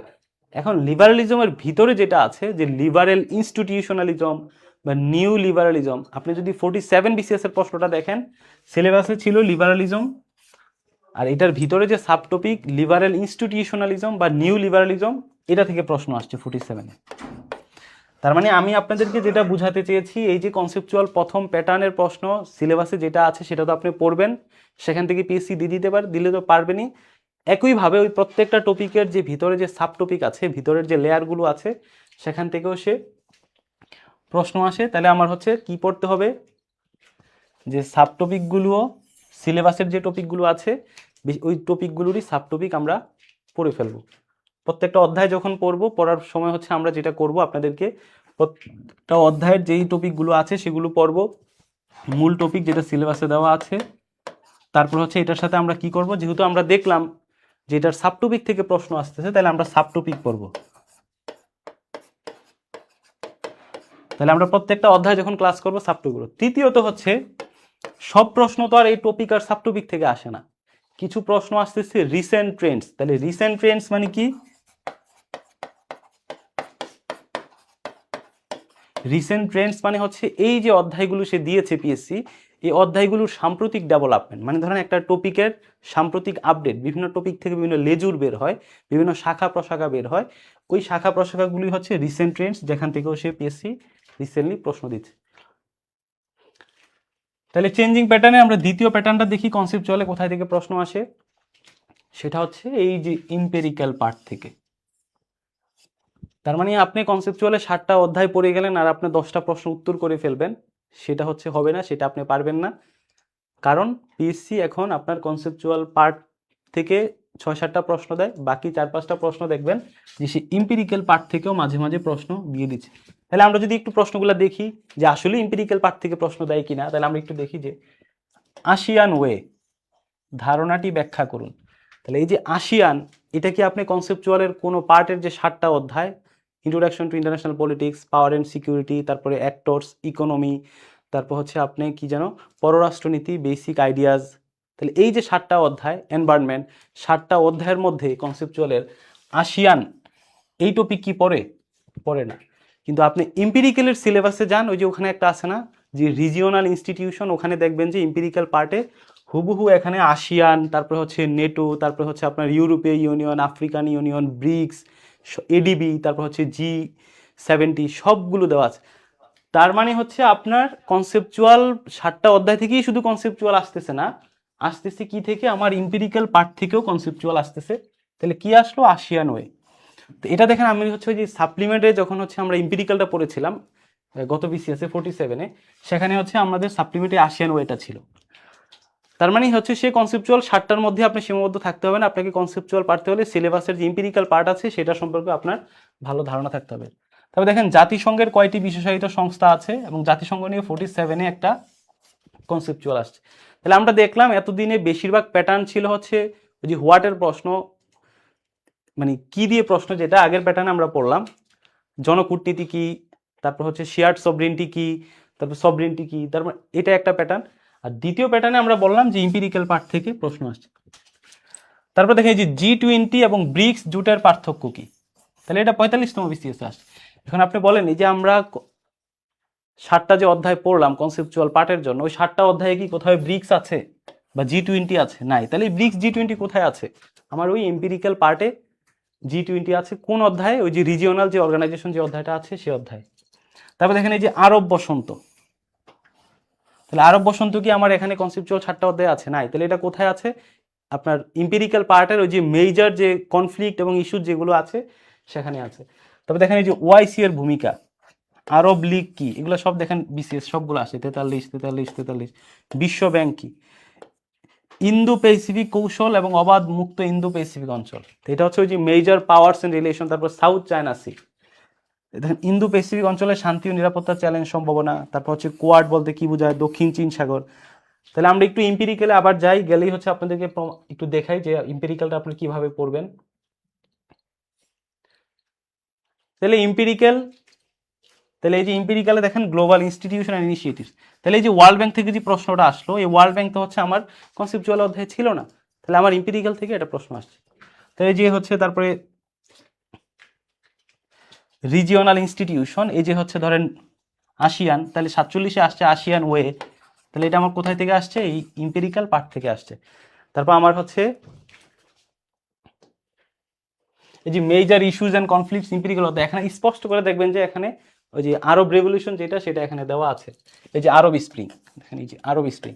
তার মানে এই যে আমার 43তম বিসিএস যে আরব স্প্রিং সম্পর্কে যে প্রশ্ন আসলো, যেটা আমার কনসেপচুয়াল অধ্যায় নেই, তাহলে সে কোথায় দিল? তখন আমরা বলি যে আসলে পিসি সিলেবাস ফলো করে না। সে সিলেবাস থেকেই দিয়েছে, কিন্তু কনসেপচুয়াল পার্ট থেকে সে দেয় নাই, সে হচ্ছে ইম্পিরিক্যাল পার্ট থেকে সে এটা হচ্ছে আপনাকে দিয়েছে। তার মানে এই যে আমরা বলি যে প্রশ্ন কমন আসে না, কমন আসে না, কোথায় থেকে আসছে? পত্রিকা থেকে আসছে, এটা থেকে আসছে, এটা একদম মানে পত্রিকা থেকে আসছে। তার থেকে আমি এখন ইজিলি দেখতে পাচ্ছি যে আমার প্রশ্নের যে সিলেবাস আছে, সিলেবাসের যে সাবটপিক আছে, সিলেবাসের যে সাম্প্রতিক ডেভেলপমেন্ট আছে, এটা যদি আমি ধরতে পারি, এটা যদি ভালো বুঝতে পারি, তাহলে ইন্টারন্যাশনাল অ্যাফেয়ার যেটা একদম ওয়ান অফ দ্য মানে টাফেস্ট সাবজেক্ট বিসিএস রিটেনে, তো সেই জায়গায় আপনার জন্য ইন্টারন্যাশনালটা খুব ইজি হয়ে যাবে যদি আপনি এভাবে সিলেবাসগুলো ধরে ধরে আপনি যখন আরো পড়বেন তখন।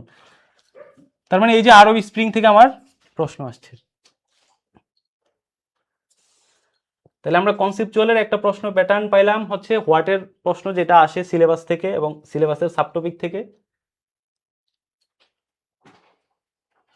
আমরা চেঞ্জিং ট্রেন্ডস এর মধ্যে একটা পাইলাম, এম্পিরিক্যাল পার্ট থেকে আমার প্রশ্ন আসে। কি কি প্রশ্ন আসে আপনাদেরকে হাতে নাতে প্রশ্নগুলো আমরা দেখালাম। তাহলে এই প্রশ্নগুলো আসলে কি রকম? এগুলো তো হোয়াট না, তাহলে এগুলো হচ্ছে আমরা দেখি যে এগুলো বেশিরভাগই বর্ণনামূলক, যে ইন্দো প্যাসিফিক অঞ্চলে, ইন্দো প্যাসিফিক এবং হচ্ছে অঞ্চলে যে ভূরাজনৈতিক যেই বৈশিষ্ট্য সেটা লিখুন। তারপর হচ্ছে মিয়ানমারের যে সংঘাত, এটার বৈশিষ্ট্য যেটা 47-এ আসছে। তার মানে এগুলো হচ্ছে বেশিরভাগই বর্ণনামূলক বা ডেসক্রিপটিভ প্রশ্ন থাকে, যেটা এম্পিরিক্যাল পার্টের যে সিলেবাস মৌলিক অংশ থেকে।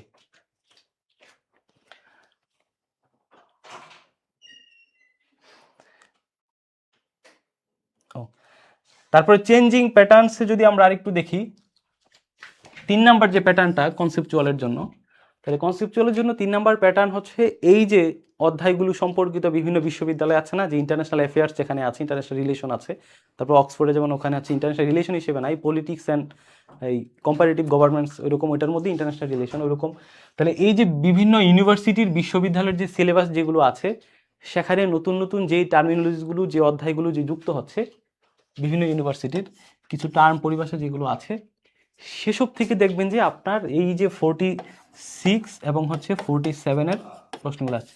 তো বিশেষ করে এই গভর্নমেন্ট পরিবর্তনের পর ইন্টারিম গভর্নমেন্ট যখন আসলো, নতুন কমিশন হলো, তাহলে যারা প্রশ্ন করতেছিল আপনার 50তম বিসিএসসির প্রিলি পরীক্ষাও যদি দেখেন, প্রশ্নের দেখেই এটা বুঝে যাবেন যে কোনো একাডেমিশিয়ান প্রশ্ন করতেছে, কোনো বিশ্ববিদ্যালয়ের শিক্ষক প্রশ্ন করতেছে। কারণ বিশ্ববিদ্যালয়ের শিক্ষক যেহেতু প্রশ্ন করতেছে, তার মানে সে কি করে, ওই সাবজেক্টের যেই সিলেবাস যেগুলো আছে বিভিন্ন বিশ্ববিদ্যালয়, ওই সিলেবাসে কোন কোন টার্মিনোলজি, নতুন নতুন থিওরিজ বা ট্রেন্ডস যুক্ত হচ্ছে, সেগুলো থেকেই সে প্রশ্ন এনে দিচ্ছে। তাহলে এটা কিভাবে এনে দিচ্ছে আমরা একটু দেখি যে আসলে সত্য কিনা। তাহলে আপনি দেখবেন এই যে ডাটা কলোনি, এটা হচ্ছে একটা রিসেন্ট ডেভেলপমেন্ট। এই যে হচ্ছে এআই যখন আসে, আর্টিফিশিয়াল ইন্টেলিজেন্স, তারপর হচ্ছে আপনার অ্যালগোরিদম, এই ডাটা যেটা, এটা কিন্তু নতুন একটা ইস্যু, যেটা গ্লোবাল মানে ডাটা কলোনি। তাহলে এই যে ডাটা কলোনি থেকে আমরা দেখলাম যে 46-এ 15 মার্চের একটা প্রবলেম সলভিং প্রশ্ন আসছে। তারপরে যে ধরেন গ্লোবাল সাউথ, ডি ওয়েস্টার্নাইজেশন, এগুলো হচ্ছে আন্তর্জাতিক বিষয়াবলীর মানে নতুন যে ডেভেলপমেন্ট আছে সেগুলো। তারপর আমরা দেখি যে জার্নাল বা থিঙ্ক ট্যাঙ্কের যে রিপোর্টগুলো আছে, বিশেষ করে foreign affairs, the economics, the global policy journal যেগুলো আছে, তারপর হচ্ছে journal of international relation in developments, যে জার্নালগুলো আছে আন্তর্জাতিক, এই জার্নালগুলোতে যেটা হয়, কিছু কিছু বর্তমান সমসাময়িক প্রেক্ষাপটে ওরা কিছু কিছু টার্মিনোলজিস এগুলো নিয়ে আসে, যে টার্মিনোলজিসগুলো হচ্ছে একদম বর্তমানের সাথে প্রাসঙ্গিক। যেমন ধরেন একটা জার্নালে আমরা গতবার পড়ছিলাম ডিজিটাল ডিভাইড। আপনি যদি রিসেন্ট গত কয়েক মাসের বা গত 2 বছরের জার্নালগুলো দেখেন, এই শব্দগুলো দেখবেন যে ওভার দি টাইম আসতেছে ওই জার্নালগুলোতে, বিভিন্ন ইন্টারন্যাশনাল পত্রিকাগুলোতে। গ্লোকালাইজেশন, ক্রিয়েটিভ ডিস্ট্রাকশন, এই ক্রিয়েটিভ ডিস্ট্রাকশন যেটা হচ্ছে 2026 সালে যে নোবেল প্রাইজ পেল না 2025 সালে ইকোনমিতে, সে কিন্তু এই ক্রিয়েটিভ ডিস্ট্রাকশনের উপরই সে কাজ করেছিল, যেটা নিয়ে সে নোবেল পাইছে। তো এটা যদি আপনি দেখেন, এই যে গত কয়েকদিন আগে একটা পিএসসির অধীনে একটা পরীক্ষা হয়েছিল, ওখানে প্যাসেজ যেটা আসছিল সেটা ক্রিয়েটিভ ডিস্ট্রাকশন নিয়ে আসছিল।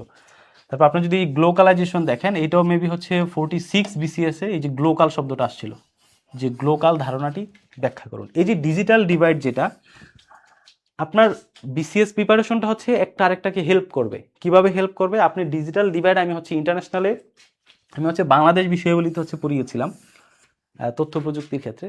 এটা আসছে 47তম বিসিএস এর যে ইংরেজি যে পরীক্ষাটা হলো, ইংরেজি যে প্রশ্ন, যে প্যাসেজটা আসলো, ওই প্যাসেজ এবং হচ্ছে ইংরেজিতে যে এসে থাকে, দুইটা 25-25 করে 50 এসে মার্ক, ওটার মধ্যে একটা ছিল ডিজিটাল ডিভাইড। তার মানে আপনি ইন্টারন্যাশনালে পড়তেছেন, ওটা ইংরেজি এসেতেও আসতে পারে, ইংরেজি প্যাসেজেও আসতে পারে, বাংলা রচনাতেও আসতে পারে, অর্থাৎ আবার বাংলাদেশ বিষয়াবলিতে পড়েছেন সেটা আন্তর্জাতিক আপনাকে হেল্প করবে, আবার আন্তর্জাতিকে পড়েছেন সেটা আবার দেখি যে বাংলাদেশ বিষয়াবলিতে হেল্প করে। তার মানে হচ্ছে আপনি পড়াশোনা যদি একটু গুছিয়ে করেন, একটা টপিক সম্পর্কে যদি আপনার একদম ক্রিস্টাল ক্লিয়ার আইডিয়া থাকে, তাহলে প্রশ্ন আপনি বাংলাদেশে আসুক, আন্তর্জাতিকে আসুক, বাংলা রচনাতে আসুক, ইংরেজি রচনাতে আসুক, আপনি হচ্ছে পারবেন। আরেকটা হলো এই যে জাতিসংঘ, আইএমএফ, ওয়ার্ল্ড ব্যাংক, এগুলোর যে রিপোর্টগুলো আছে, সেই রিপোর্টগুলো থেকে প্রশ্ন। যেমন একটা প্রশ্ন আসছে না, যে নিম্ন আয়ের দেশ বা এলডিসি যেটা, এটা থেকে উত্তরণের জন্য বাংলাদেশের কি কি করণীয়। তাহলে কনসেপচুয়ালি যদি আমরা একটু সামারি করি, 3টা প্যাটার্ন আমরা পড়লাম। সিলেবাস থেকে সাবটপিক থেকে আমরা পড়লাম, ইম্পিরিক্যাল পার্ট থেকে কনসেপচুয়াল আসে। তারপরে আমরা জানলাম যে বিভিন্ন এই যে জার্নাল যেগুলো আছে, বিশ্ববিদ্যালয়ের সিলেবাস যেগুলো আছে, সেগুলোর সাম্প্রতিক যে ডেভেলপমেন্ট, সেই প্যাটার্ন থেকে প্রশ্ন আসে। তাহলে কনসেপচুয়াল 10টা প্রশ্ন কোথায় থেকে আসে আমরা একটু দেখলাম। পিএসসির সিলেবাসে কোন কোন অধ্যায়গুলো গুরুত্বপূর্ণ, কোন জায়গা থেকে প্রশ্ন আসে, সেটা আমরা জানলাম। এবার আসি যে দ্বিতীয় পার্ট, যেটা হচ্ছে এম্পিরিক্যাল ইস্যুর, যে 45 মার্কসের, যেখানে 3টা প্রশ্ন উত্তর দিতে হয়। তাহলে এম্পিরিক্যাল পার্টটা এটা একটু আবার ভালো করে পড়বেন। কি অবজেক্টিভস আপনার এম্পিরিক্যালের যে 45 মার্কস, আন্তর্জাতিকে আপনার 46 বিসিএস এ মার্কস কিন্তু প্রচুর কমাই দিছে, মানে রিটেনে অনেককে ফেল করাইছে। তো যাদেরকে বেশিরভাগই ফেল করিয়েছে মেবি হচ্ছে আন্তর্জাতিক বিষয়াবলিতে। তো এই জায়গাটা থেকে তারা এই 45 মার্কের খাতাটা যখন দেখে, তখন সে কিন্তু এই জায়গাটায় যে সিলেবাসে যেটা বলে দিছিল, এই অংশটুকু যদি খাতার মধ্যে রিফ্লেকশন না পায়, এটার প্রতিফলন যদি খাতায় লেখার মধ্যে না ঘটে, আপনি এই 45-এর মার্কসের মধ্যে কিন্তু মার্কস খুব কম পাবেন। তো এটা রিফ্লেকশন কি বলছিল, যে মনে আছে যে weather a candidate is well equipped with theories, terminologies and কি পার্সপেক্টিভ, কখন? যখন একটা ইস্যু সে অ্যানালাইসিস করবে, খাতায় লিখবে, বর্ণনা করবে, তখন সে থিওরি টার্মিনোলজিসগুলো সে নিয়ে আসতে পারে কিনা, ব্যবহার করতে পারে কিনা, সেটা হচ্ছে এখানে এক্সামাইন করা হয়, যাচাই করা হয়। তবে আপনি সবসময় মাথায় রাখবেন, ইম্পিরিক্যাল পার্টে একটা মানচিত্র দেওয়ার চেয়ে, রাশিয়া ইউক্রেন যে যুদ্ধ হচ্ছে, ওই যুদ্ধে কতজন মারা যাচ্ছে সেটার ডাটা দেওয়ার চেয়েও এখানে গুরুত্বপূর্ণ হচ্ছে রাশিয়া ইউক্রেন যুদ্ধ ব্যাখ্যা বিশ্লেষণ করার ক্ষেত্রে যে থিওরিজগুলো আছে, টার্মিনোলজিগুলো আছে, সেগুলো আপনি ব্যবহার করছেন কিনা।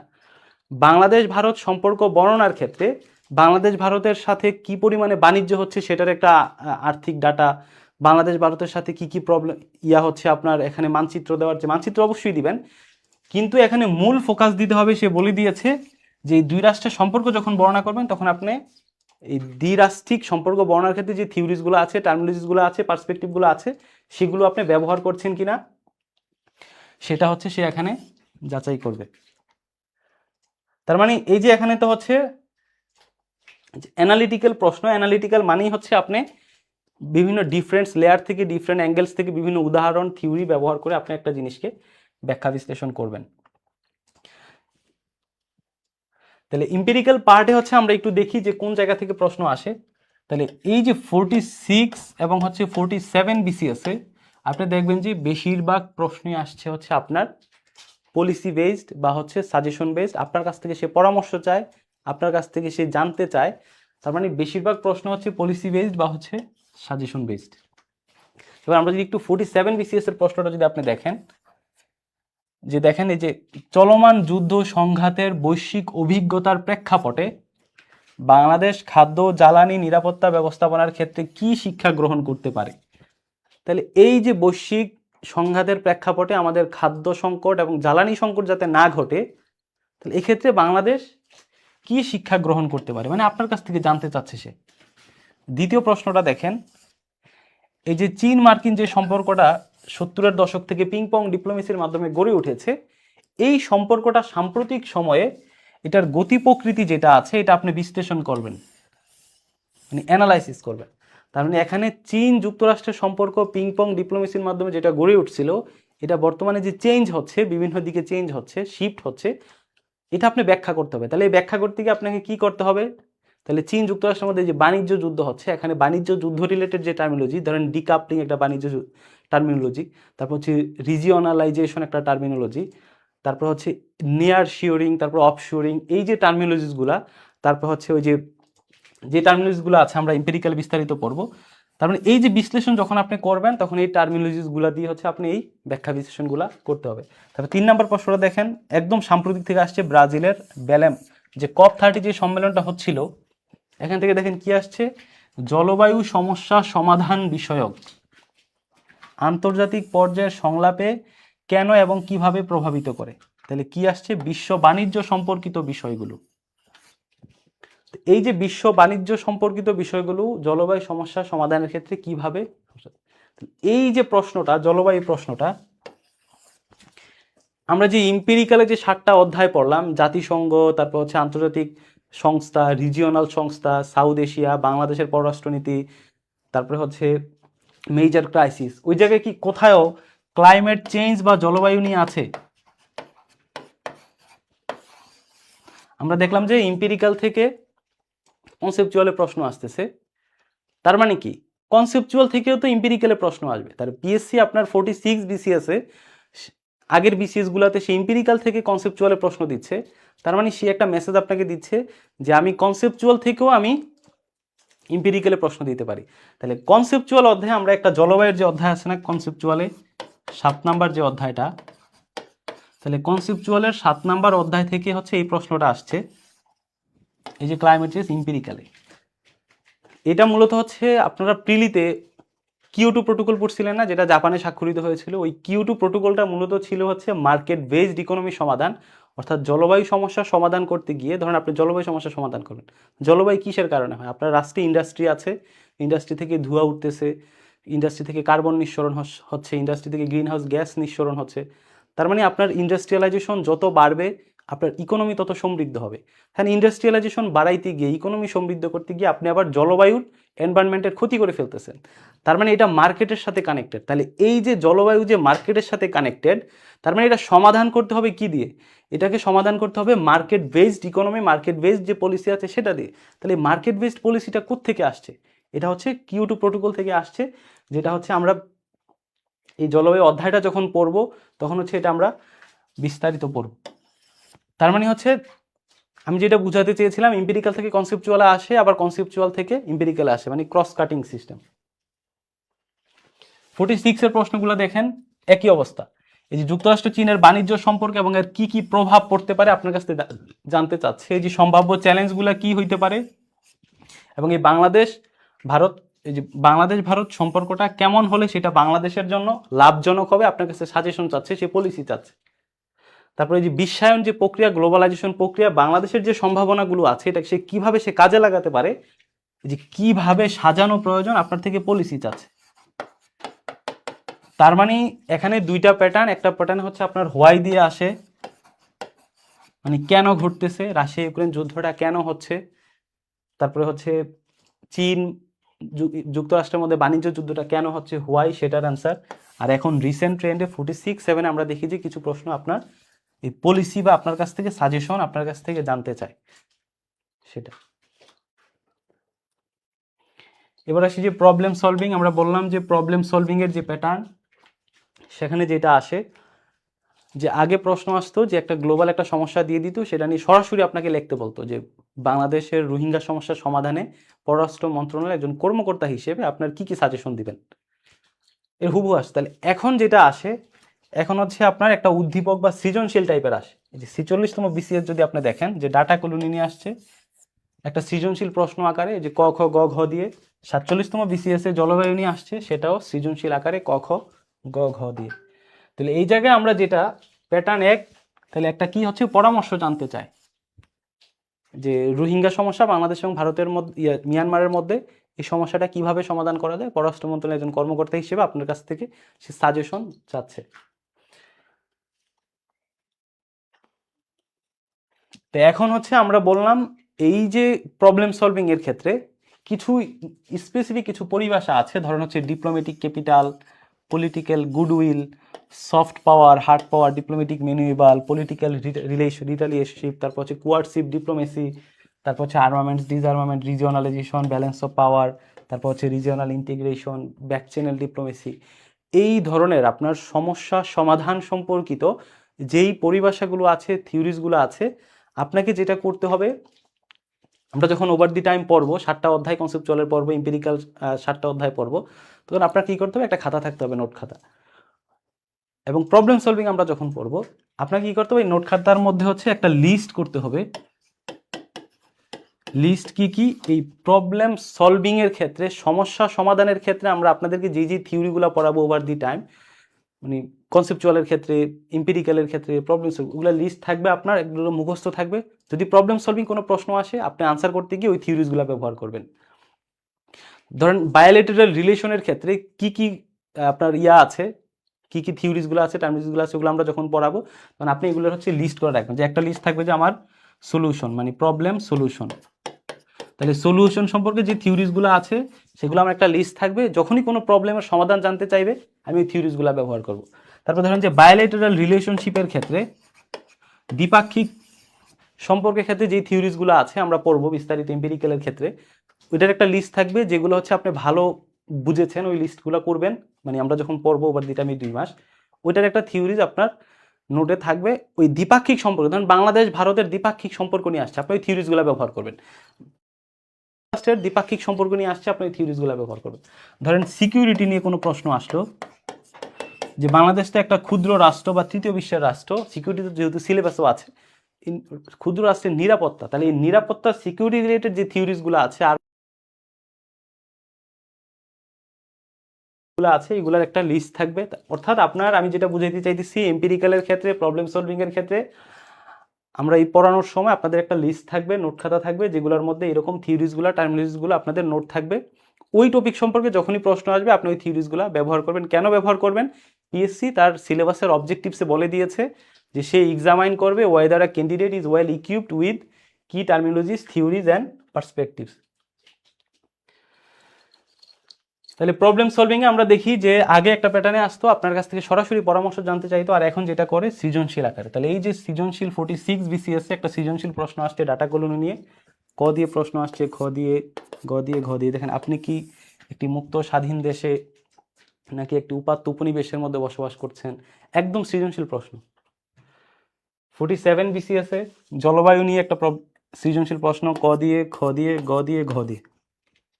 একই এখানেও দেখেন যে আমরা বলছিলাম না, মনে আছে, যে এমন সমস্যা যেটা বাংলাদেশের সাথে কানেক্ট করা। তাহলে দেখেন এই যে জলবায়ু নিয়ে আসছে, এটা একটা বৈশ্বিক গ্লোবাল কমন বৈশ্বিক সমস্যা। এখানে দেখেন যেটা আসছে আন্তর্জাতিক জলবায়ু তহবিল থেকে সহায়তা নেওয়ার ক্ষেত্রে, তাহলে তহবিল থেকে কারা সহায়তা নেবে? যারা এর ভিকটিম, বাংলাদেশ। যে রাজনৈতিক চাপ ও কৌশলগত যে ঝুঁকি আছে এটা কিভাবে মোকাবেলা করবেন, কিভাবে, হাউ। তারপর দেখেন জলবায়ু সংক্রান্ত বৈশ্বিক অংশীদারিত্বে সম্প্রসারণে বাংলাদেশের জাতীয় স্বার্থ ও সীমাবদ্ধতা। তার মানে আমরা মিল পাচ্ছি, সিলেবাসে সে বলেছে এমন সমস্যা যেটা বাংলাদেশের সাথে কানেক্টেড। তার মানে দেখেন সে প্রশ্নে বাংলাদেশের সাথে কানেক্টেড করি সে প্রশ্নটা করেছে। প্রতিশ্রুত অর্থায়ন এবং শর্ত সংবলিত সহায়তার ক্ষেত্রে বাংলাদেশ কোন ধরনের কৌশল অবলম্বন করতে পারে, পলিসি চাচ্ছে আপনার কাছ থেকে। 46-এর প্রশ্ন দেখেন একই অবস্থা। উপাত্ত উপনিবেশ পরিণত হওয়ার সম্ভাব্য অর্থনৈতিক, রাজনৈতিক, সামাজিক যে পরিণতি কি হতে পারে আপনার নিজস্ব যুক্তি দেন। এটা মূলত আসছিল ওই সময় ওই যে বাংলাদেশের যে এনআইডি কার্ড সহ যেগুলো আসছিল, যে আগের গভর্নমেন্ট হচ্ছে ধরেন উন্মুক্ত করে দিয়েছিল, তারপর হচ্ছে এই যে বর্তমানে হচ্ছে যেই মেটা, তারপর হচ্ছে অ্যালগোরিদম, আমাদের সকলের তথ্য তাদের কাছে অ্যাক্সেস আছে। তো এই জায়গা থেকে বাংলাদেশের সাথে কানেক্ট করে প্রশ্নগুলো দিয়েছে। এখন হচ্ছে আমরা যেটা পড়লাম যদি একটু সামারি যদি করি, আমরা যদি একটু সিলেবাসটা যদি সামারি করি তাহলে হচ্ছে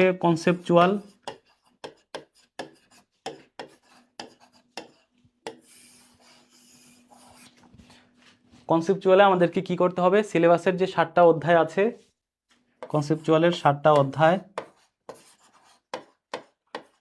আমরা পড়তে হবে। তাহলে 7টা অধ্যায়ের যে টার্মিনোলজি আছে সেগুলোও পড়বো, পাশাপাশি যে সাবটপিক যেগুলো আছে সাবটপিকগুলো পড়বো,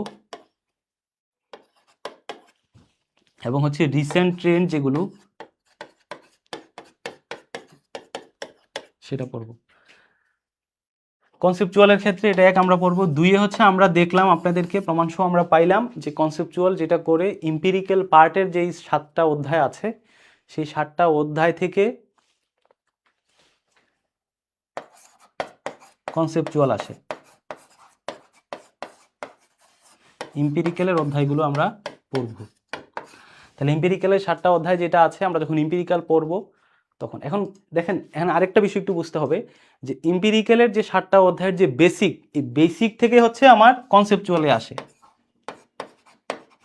ইম্পিরিক্যালের বেসিক জিনিসগুলো হচ্ছে কনসেপচুয়ালে আসে, আর ডিপ অ্যানালিটিক্যাল বিষয়গুলো হচ্ছে আমার ইম্পিরিক্যালি আসে। তাহলে এটা হচ্ছে আমরা পাইলাম যে কনসেপচুয়ালের জন্য আমরা এগুলো পড়তে হবে। কনসেপচুয়ালের জন্য আরেকটা আপনাকে যেটা করতে হবে, 3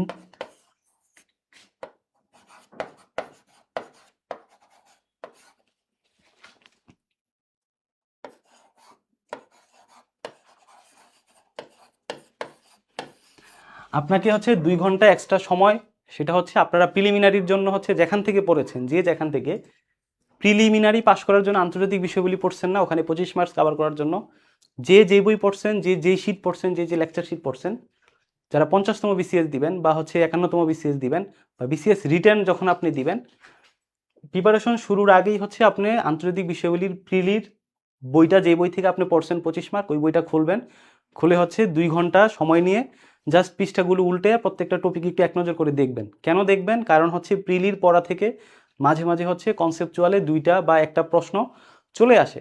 তো এখন হচ্ছে আপনি রিটেনে দেখবেন, কনসেপ্ট পরীক্ষা দিতে গেছেন, রিটেনের যে প্রিপারেশন 2 মাস সময় পাচ্ছেন, এখানে এই সময়টুকুতে যেগুলো পড়বেন এগুলো তো আপনার মোটামুটি মনে থাকবে, এগুলো থেকে আসলে লিখতে পারবেন।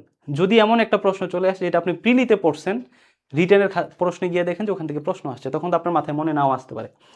যে কারণে প্রিলির বইটা ধরেন যে আসলো, যে আপনার যে বিশ্বব্যাংক নিয়ে আসলো এবং এটার বৈশিষ্ট্যগুলো কী কী নিয়ে আসলো, তাহলে আপনি এই বিশ্বব্যাংক কোথায় পড়ছেন? প্রিলিতে পড়ছেন।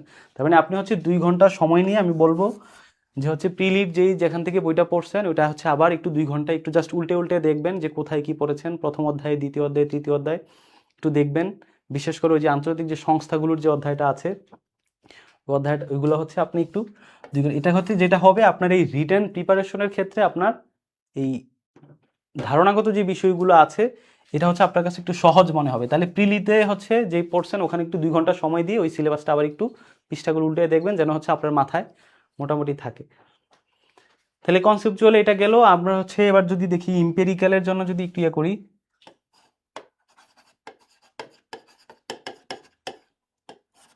তাহলে ইম্পেরিক্যাল পার্টে হচ্ছে আমাদের 7টা অধ্যায় আছে।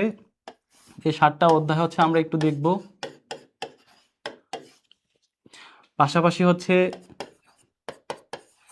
এই 7টা অধ্যায়ের সাথে কানেক্টেড বর্তমান বিশ্বে কি কি ঘটছে, কারণ ইম্পিরিক্যালের সাম্প্রতিক অংশ থেকেও হচ্ছে আপনার 3টা প্রশ্নের 2টাই দেখবেন যে একদম সাম্প্রতিক, মানে গত 3 মাস 6 মাসে যা ঘটতেছে।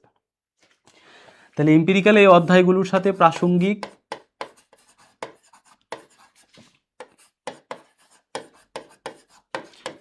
তাহলে আমরা যখন হচ্ছে এম্পিরিক্যালের যে ক্লাসগুলো আমরা করব 7টা অধ্যায় তো পড়বো, পাশাপাশি ওই অধ্যায়গুলোর সম্পর্কে যে সাম্প্রতিক, যেমন জাতিসংঘ অধ্যায়টা আমরা পড়বো, পড়ার সময় জাতিসংঘের যে সফলতা, জাতিসংঘের ব্যর্থতা, জাতিসংঘের সাথে হচ্ছে বাংলাদেশের পিস কিপিং মিশনের বর্তমান যে আপডেট, ওইটা আমরা যখন পড়ে নিব, তার মানে হচ্ছে আমরা এখানে কম্বাইন্ড পড়ার চেষ্টা করব জাতিসংঘ এবং এটার হচ্ছে সাম্প্রতিক আপডেট। আমরা যখন দক্ষিণ এশিয়ার ইস্যুটা পড়বো, আমরা দক্ষিণ এশিয়া ইস্যু পড়ার ক্ষেত্রে বাংলাদেশ ভারতের সম্পর্ক, তো এই জায়গায় বাংলাদেশ ভারতের সম্পর্ক ক্লাসিক্যাল সম্পর্ক আছে, যেগুলো একদম ঐতিহাসিক, ওয়াটার ডিসপিউটস আছে, আমাদের এখানে বর্ডার ডিসপিউটস আছে, তারপর আন্তঃরাষ্ট্রীয় সম্পর্কের ক্ষেত্রে বাণিজ্যের ক্ষেত্রে আমাদের ব্যালেন্স অফ পেমেন্টে হচ্ছে আমাদের ঘাটতি আছে, বাণিজ্য ঘাটতি আছে, এগুলো তো হচ্ছে ক্লাসিক্যাল সম্পর্ক, মানে যেগুলা চলতেছে ঐতিহাসিকভাবে কন্টিনিউয়াসলি। কিছু আবার সাম্প্রতিকত এই যে বায়োলেটারাল সম্পর্ক পরিবর্তন হয়েছে, যে হচ্ছে বন্দি প্রত্যর্পণ যে ইস্যুটা আছে, নতুন পরিবর্তিত প্রেক্ষাপটে বাংলাদেশ ভারত সম্পর্কটা কিভাবে হবে, তারপরে তিস্তা ইস্যুতে বাংলাদেশ চীনের কাছে যাবে না ভারত থেকে সমাধান নেবে, তারপর হচ্ছে রোহিঙ্গা সমস্যা সমাধানের ক্ষেত্রে ভারতের যে অ্যাপ্রোচ। তার মানে আমরা দক্ষিণ এশিয়া যখন পড়বো তখন হচ্ছে ওই অধ্যায়টাও পড়বো, ক্লাসিক্যাল যেগুলো আছে সেটাও পড়বো, পাশাপাশি রিসেন্ট ট্রেন্ড সেটাও পড়বো। ঠিক একইভাবে বাংলাদেশ পররাষ্ট্রনীতি যে বাংলাদেশ যে অধ্যায়টা আছে, সেটা আমরা বাংলাদেশের পররাষ্ট্রনীতির অর্জন সফলতা ব্যর্থতা তো পড়বই, এবং বর্তমান বৈশ্বিক প্রেক্ষাপটে বাংলাদেশের পররাষ্ট্রনীতি কিভাবে সাজানো উচিত সেটা আপনাকে পড়তে হবে। এটা বাংলাদেশেও আসতে পারে, এখানেও আসতে পারে। তারপর বর্তমান প্রেক্ষাপটে পররাষ্ট্রনীতির ক্ষেত্রে বাংলাদেশের বিভিন্ন সেগমেন্টে, ধরুন ইকোনমি একটা সেগমেন্ট, ইকোনমির ক্ষেত্রে বাংলাদেশের পররাষ্ট্রনীতি কী কী হতে পারে, ইকোনমিক সম্পর্কের ক্ষেত্রে সিকিউরিটি রক্ষার ক্ষেত্রে বাংলাদেশের পররাষ্ট্রনীতি কী কী হতে পারে, তারপর হচ্ছে বাংলাদেশের পোশাক শিল্পের বৈচিত্র্য আনয়নে এটার সম্প্রসারণে বাংলাদেশের পররাষ্ট্রনীতি কী কী হতে পারে, ইন্দো প্যাসিফিক অঞ্চলে যে উত্তেজনা বা যে tension, geopolitical tug of war, এটা রক্ষার ক্ষেত্রে বাংলাদেশ কী কী পলিসি হতে পারে, তারপর চীন ভারত এবং হচ্ছে এই যে 2টা আঞ্চলিক শক্তি আছে এটার মধ্যে বাংলাদেশ কিভাবে ব্যালেন্স করবে এটা, তারপর হচ্ছে বাংলাদেশ রোহিঙ্গা সমস্যা সমাধানে আমরা অনেক কিছু পড়েছি, কিন্তু একদম রিসেন্ট যে আপডেটগুলো, যে রোহিঙ্গা সমস্যা সমাধানের ক্ষেত্রে কি কি করতে হয়, তো এগুলো হচ্ছে আমরা যখন পড়বো এভাবে বিস্তারিত ভেঙে ভেঙে হচ্ছে এম্পিরিক্যাল পার্টটা পড়বো। আর প্রবলেম সলভিং এর ক্ষেত্রে আমাদেরকে যেটা করতে হবে,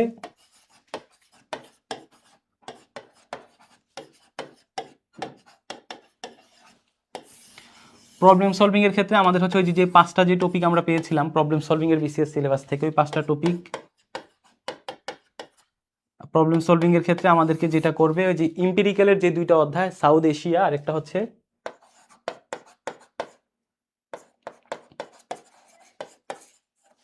ইম্পিরিক্যালের হচ্ছে সাউথ এশিয়া, আরেকটা হচ্ছে বাংলাদেশের পররাষ্ট্রনীতি, বিডি ফরেন পলিসি, এই অংশটা দেখব। প্রবলেম সলভিং এর ক্ষেত্রে আমাদের কনসেপচুয়ালের যে 7ম যে অধ্যায়টা আছে, জলবায়ু যে অধ্যায়টা আছে, এই অধ্যায়টা পড়ব, এটা পড়ব। এখন আমরা এটাকে 2 ভাগে পড়ব, একটা হচ্ছে বাংলাদেশের, আমরা যেটা যখন প্রবলেম সলভিংটা পড়ব, বাংলাদেশের সাথে কানেক্টেড যেই সমস্যাগুলো আছে এই সমস্যাগুলো আমরা আইডেন্টিফাই করব এবং ওইগুলো পড়ব। দ্বিতীয়ত হচ্ছে বাংলাদেশের পররাষ্ট্রনীতির ফিউচার ডিরেকশন থেকেও যদি এখানে সেটা পড়ব, এবং হচ্ছে আমরা দেখলাম যে আরেকটা সেকেন্ড যে প্যাটার্ন, যেটা যে সৃজনশীল প্রশ্ন আসে, এই সৃজনশীল আকারে হচ্ছে আমরা কিছু প্র্যাকটিস করার চেষ্টা করব। মানে মোদ্দা কথা হলো হচ্ছে আপনারা পিএসসির সিলেবাসটা আমরা বিস্তারিত বুঝলাম, পিএসসি কি কি আমাদের কাছ থেকে চায়, একজন ক্যান্ডিডেট হিসেবে আপনি কিভাবে একটা ওয়েল ম্যানার্ড ওয়েতে, একটু ক্রিয়েটিভ ওয়েতে, মাত্র 2 মাস সময় আপনি বিস্তারিত দুনিয়ার সব পড়তে পারবেন না। আপনাকে যেটা করতে হবে, এই যে টপিক যখন আপনি বুঝে যাবেন, সিলেবাসটা বুঝে যাবেন, বুঝে বুঝে হচ্ছে আমরা এই 2 মাসে একটা সুন্দর প্রিপারেশন নেওয়ার চেষ্টা করব। এক্ষেত্রে সবসময় মনে রাখবেন, পিএসসি আপনাকে এখন লিখিত পরীক্ষায় এমন কোনো প্রশ্ন দিবে না যে আপনি হুবহু পড়ে গেছেন, পরীক্ষায় আসলে হুবহু ওইটাই আসছে, এরকম প্রশ্ন আপনি প্রত্যাশা করে পরীক্ষায় যাবেন না, তাহলে কিন্তু পরীক্ষায় খারাপ করবেন। আপনাকে যেটা করতে হবে, বাংলাদেশ আন্তর্জাতিকের ক্ষেত্রে ধরেন একটা টপিক যেটা আছে, ধরেন ক্লাইমেট একটা টপিক, আমরা যেটা করব, এই ক্লাইমেটটা যখন পড়ব, এই ক্লাইমেটটা এমনভাবে পড়ব, এই টপিকের যত সাব টপিক আছে ক্লাইমেটের, এই কি কি কারণে ক্লাইমেট চেঞ্জ হচ্ছে, তারপর হচ্ছে বৈশ্বিকভাবে এই ক্লাইমেট সমস্যা ধরেন কি কি কারণে কজ কি কি, তারপর হচ্ছে গ্লোবালি এটার ইম্প্যাক্ট কি কি হচ্ছে, তারপরে এই ক্লাইমেট চেঞ্জের ক্ষেত্রে হচ্ছে বাংলাদেশের ভূমিকাটা কি, বাংলাদেশ কতটুকু অবদান রাখতেছে ক্লাইমেট চেঞ্জের ক্ষেত্রে এটা। তারপর আবার আমরা একই সাথে আবার এটা পড়বো এই ক্লাইমেট চেঞ্জ সলিউশনের ক্ষেত্রে গ্লোবাল সমাধানগুলো কি কি দিচ্ছে। তাহলে গ্লোবাল সমাধানের ক্ষেত্রে কপ সম্মেলন আছে, কিয়োটো প্রোটোকল আছে, তারপর হচ্ছে ওই যে ক্লাইমেট ফাইন্যান্সিয়াল যে হচ্ছে ফান্ড আছে, ক্লাইমেট জলবায়ু ফান্ড, গ্রিন ক্লাইমেট ফান্ড, যেগুলো গ্লোবাল সমস্যা এটা আমরা দেখব।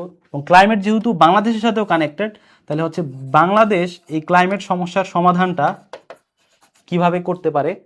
তারপর হচ্ছে আমরা এই ক্লাইমেট নিয়ে আমরা যেটা পড়বো, এই ক্লাইমেট রিলেটেড হচ্ছে যত টার্মিনোলজিসগুলো এবং থিওরিজগুলো আছে এটা পড়বো। তো ধরেন আপনি এখন ক্লাইমেট নিয়ে আপনি সব জানেন, মোটামুটি টপিক নিয়ে পড়বো। এখন এই ক্লাইমেট থেকে যখন কনসেপচুয়ালে প্রশ্ন আসবে আপনি আনসার করতে পারবেন। এই ক্লাইমেট থেকে যদি ইম্পিরিক্যালে প্রশ্ন আসে আপনি আনসার করতে পারবেন। এই ক্লাইমেট থেকে যদি প্রবলেম সলভিংয়ে প্রশ্ন আসে আপনি আনসার করতে পারবেন।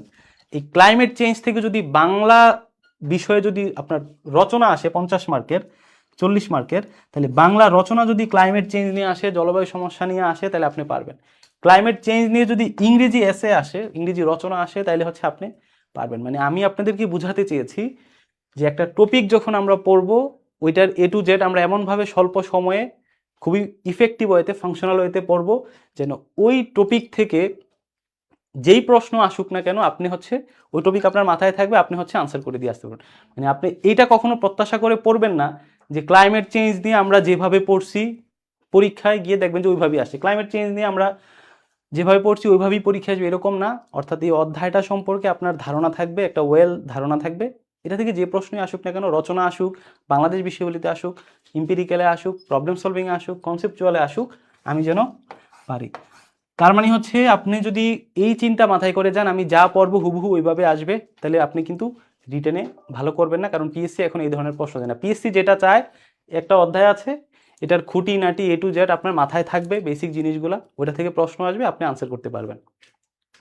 ঠিক একইভাবে হচ্ছে ধরেন বাংলাদেশের, আমরা যখন হচ্ছে বাংলাদেশের ফরেন পলিসি পড়বো, তাহলে এই ফরেন পলিসির অর্জন পড়বো, এটার সমস্যা কি সমাধান পড়বো, আমরা হচ্ছে এটাকে কিভাবে সম্ভাবনাগুলো কাজে লাগাবো।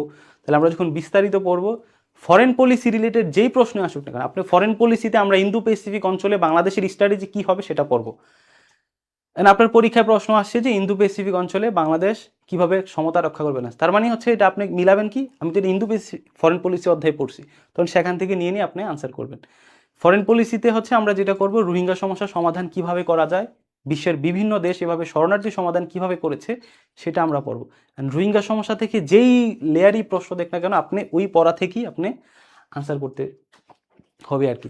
মানে আমি যেটা বুঝাতে চেয়েছি টপিকগুলো সম্পর্কে আমাদের বিস্তারিত একটা বেসিক ধারণাগুলো থাকবে, টপিকের ভিতর থেকে যে প্রশ্নই আসুক না কেন আমাকে ওই জায়গা থেকেই আনসার করতে হবে। আমি কখনো এটা প্রত্যাশা করব না আমি যা পড়বো হুবহু সেটাই আসবে, আপনাকে কেউই গ্যারান্টি দিতে পারবে না আপনি যা পড়বেন সেখান থেকে হুবহু কমন আসবে।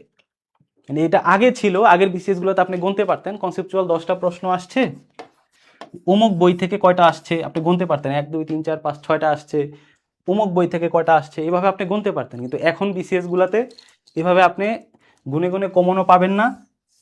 আপনাকে যেটা করতে হবে সবচেয়ে বেস্ট ওয়ে হচ্ছে টপিক সম্পর্কে বিস্তারিত নলেজ আপনার থাকবে, ওই টপিক থেকে যে প্রশ্ন আসুক না কেন সেটা হচ্ছে আপনি পারবেন। তো এটা ছিল মোটামুটি আন্তর্জাতিক বিষয়াবলীর আমাদের ক্লাস। আর এক্ষেত্রে সহায়ক বই হিসেবে আপনারা অনেকে জিজ্ঞেস করেছিলেন এতদিন যে কি পড়বো।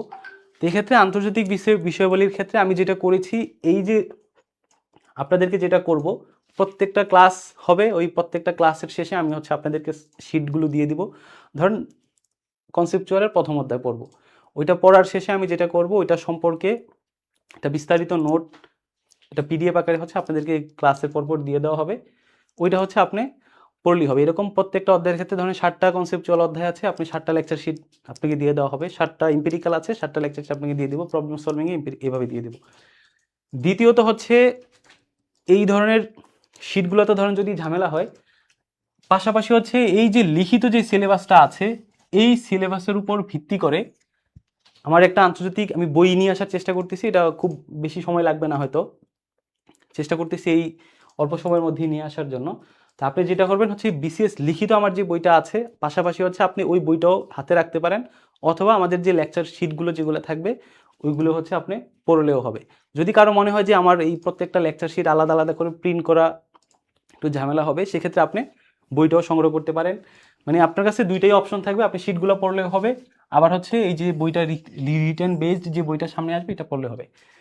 তৃতীয়ত হচ্ছে আমরা যেহেতু একটা ভালো প্রিপারেশন, এটা অলরেডি অনেকের কাছেই বইটা আছে, দি অ্যানাটমি অফ ওয়ার্ল্ড পলিটিক্স যে বইটা আছে, তো এই বইটার হচ্ছে প্রথম যে 10 অধ্যায় আছে, এই 10 অধ্যায় হচ্ছে আপনাদের অনেকেরই ইতিমধ্যে পড়া আছে, এটা জাস্ট একবার স্কিমিং একবার রিডিং পড়লেই হবে যাদের কাছে বইটা আছে।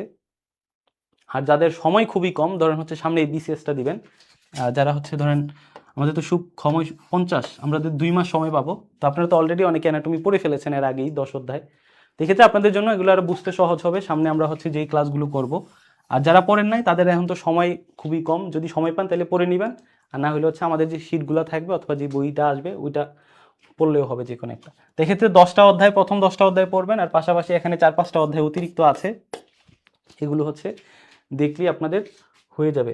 তো এই ক্ষেত্রে হচ্ছে আপনাদের যদি কোনো প্রশ্ন থাকে, আমরা একটু প্রশ্নগুলো নিচ্ছি, তারপর হচ্ছে আমরা শেষ করে দিব।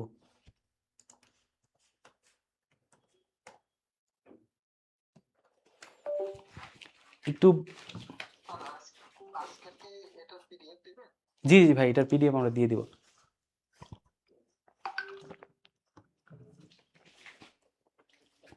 তাহলে হচ্ছে ইন্টারন্যাশনালে যে 100,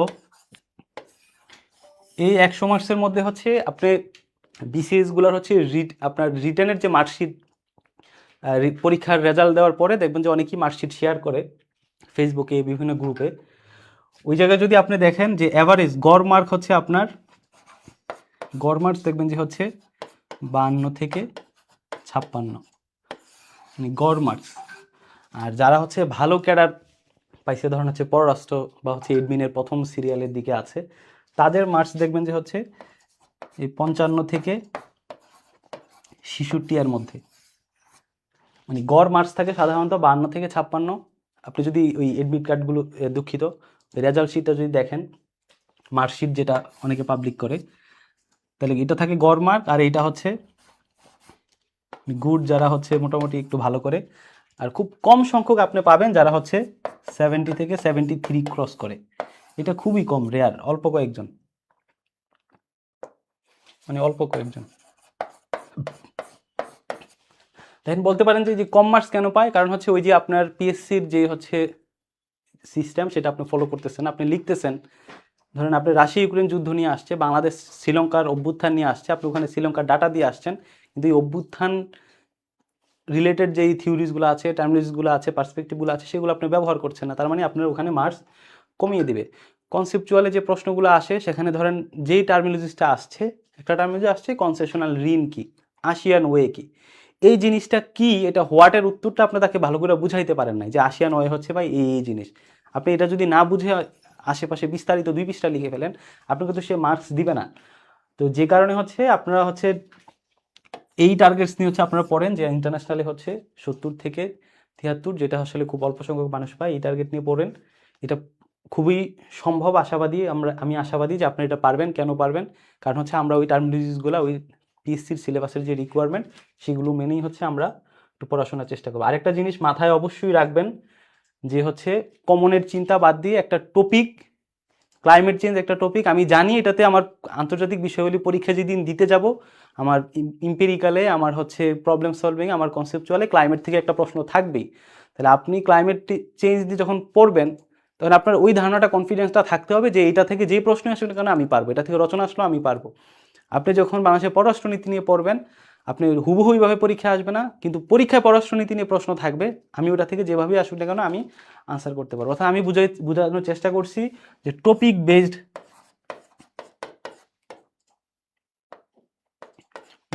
বেসড যে পড়াশোনা, সিলেবাসে থাকা টপিক বেস। আগে হচ্ছে আমরা রিটেনের যে পড়াগুলো পড়তাম প্রশ্ন উত্তর বেস, আপনি রিটেনের বইগুলো খুলবেন, দেখবেন যে বইগুলোতে প্রথমে একটা প্রশ্ন দেওয়া আছে, ওইটার প্রশ্ন আনসার দেওয়া আছে, ওইভাবে আপনারা পড়েছেন। তারপরে প্রত্যেকটা অধ্যায়ে দেখবেন যে এরকম কোয়েশ্চেন এবং আনসার বেসড বইগুলো আছে। তো এরকম হচ্ছে এই যে কোয়েশ্চেন অ্যান্ড আনসার বেসড যেগুলো আছে, এভাবে পড়লে হচ্ছে আপনি পারবেন না, আপনাকে পড়তে হবে টপিক বেসড, টপিকের বিস্তারিত। এবার হচ্ছে আপনাদের আরও কোনো ভাই 2 মাসে কি পসিবল? 2 মাসে পসিবল। আমি হচ্ছে ওইভাবেই আপনাদেরকে চেষ্টা করব, যেহেতু আপনাদের যাদের 50 তাদের তো হচ্ছে 2 মাস সময় আছে, তো এই 2 মাসে আমরা ওইভাবেই চেষ্টা করব যেন আপনার জন্য এই জার্নিটা সহজ হয়। মানে আমার যতটুকু সম্ভব, আমি 47 একটা বেচ পড়িয়েছি, তো ওই জায়গায় তাদেরকে যতটুকু পড়ানোর সম্ভব আমি চেষ্টা করেছি। এটা হচ্ছে আমার সেকেন্ড রিটেন বেচ, তো এক্ষেত্রে আমি চেষ্টা করবো যে আরও বেটার ওয়েতে হচ্ছে আপনাদেরকে সহজ করে পড়ানোর জন্য। আর যাদের 51তম বেচ, আপনাদের ক্লাস তো আলাদা হবে, 50-এর সাথে মিলবে না, জাস্ট প্রথম 2টা ক্লাস একসাথে হচ্ছে। তো আপনাদেরকে তো সময় নিয়ে পড়াবো, আপনাদের তো 1 বছর সময় পাচ্ছেন, 1 ইয়ার। তো আপনাদের ক্ষেত্রে হচ্ছে প্রায় অনেক সময় নিয়ে আপনাদেরকে পড়াইতে পারবো, ওই ক্ষেত্রে আপনাদের কোনো সমস্যা হবে না আশা করি।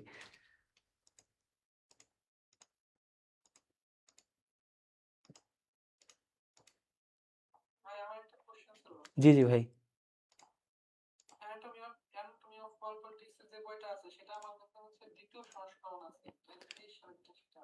আচ্ছা, অ্যানাটমির হচ্ছে অ্যানাটমি যে কোনো একটা সংস্করণ থাকলেই হবে। এটা অ্যানাটমির যে কোনো সংস্করণ, আপনার দ্বিতীয়, তৃতীয়, চতুর্থ, পঞ্চম যে কোনো একটা সংস্করণ থাকলেই হবে। এটা মৌলিক বই হিসেবে এটা আসলে এডিশনে পরিবর্তন হয় না, যে কোনো একটা। আর হচ্ছে যে রিটেন বই, যেটা রিটেনের যে বই, ওইটা নিয়ে আমি কাজ করতেছি এখন। এটা আমি হচ্ছে বলেছিলাম যে এটা হচ্ছে 15-16 তারিখের মধ্যে আসবে। তো দেখি যে আমি যে বইটা যদি ভালো হয়, আর একটু সময় নেই 2-3 দিন বেশি, তাহলে আমি যেটা দেখলাম যে ওই বইটা হচ্ছে আপনি অল্প সময় শেষ করে ফেলতে পারবেন খুব ইজি ওয়েতে।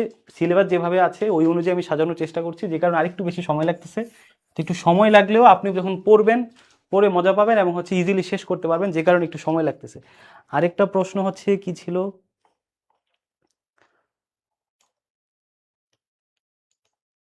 আচ্ছা, আর কি কোনো প্রশ্ন আছে?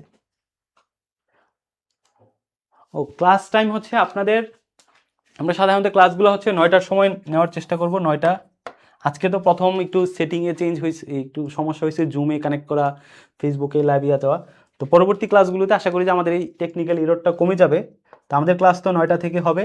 আর রোজার সময় তো যদি তারাবি থাকে, তাহলে ওই ক্ষেত্রে হয়তো বা আমরা সবার সাথে, আপনাদের সাথে আলোচনা করে টাইমটা হয়তো বা 10টার দিকে নিয়ে যেতে পারি তারাবির জন্য। তাহলে রোজার কয়েকটা ক্লাস হয়তো বা 1 ঘন্টা পিছাতে পারে তারাবির জন্য। আর না হয় আমাদের ক্লাস 9টাই হবে, এবং সিলেবাসটা আপনাদেরকে দ্রুতই হচ্ছে রুটিনটা দিয়ে দেবো। আর কোনো প্রশ্ন আছে জমি? না না না ভাই, দুপুরে হচ্ছে অনেকে না করেছে, ওই অনেকের চাকুরি থাকে, জব থাকে, যে কারণে হচ্ছে তারা করতে পারবে না, বললো যে ভাই মানে রাতেই বেটার হয়, 9টার দিকে আর কি। তো আমরা ক্লাসটা 9টার দিকেই নেওয়ার চেষ্টা করবো। স্যার আসসালামু আলাইকুম। জি, স্যার আমার ওয়ালাইকুম একটা আসসালাম। প্রশ্ন ছিল। জি জি জি। স্যার আন্তর্জাতিক যে জার্নালগুলোর কথা বলেন, এই কোন রিলেটেড জার্নালগুলো বা যদি স্যার একটু নামগুলো বলতেন। ও, জার্নালগুলোর ক্ষেত্রে আপনাদের যাদের 50তম বিসিএস, আপনারা তো আসলে সময় পাবেন না ওইভাবে। তো আমি যেটা চেষ্টা করব, এই জার্নালগুলোতে যেই টার্মিনোলজিগুলো ওভার দি টাইম ব্যবহার হয় সেগুলো হচ্ছে শিটে, লেকচার শিটে নিয়ে আসার জন্য। আর জার্নালের ক্ষেত্রে হচ্ছে এখানে আপনাদেরকে কয়েকটা 6-7টা জার্নাল আছে।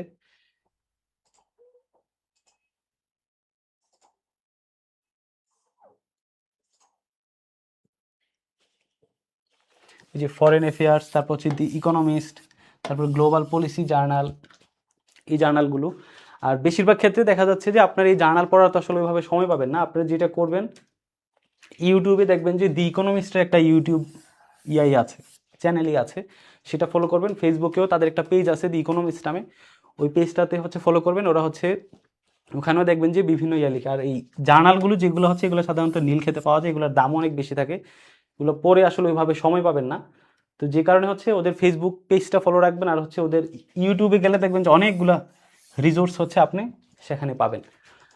আর এই ক্ষেত্রে হচ্ছে আপনারা এইগুলো এত বেশি সময় পাবেন না। আমি যেটা করব, ওই যে প্রত্যেকটা ক্লাসে, যে ক্লাসে যেটা রিসেন্ট ট্রেন্ড বা আপডেট ডেভেলপমেন্ট আছে সেটা আমি অন্তর্ভুক্ত করে পড়িয়ে দেওয়ার চেষ্টা করব।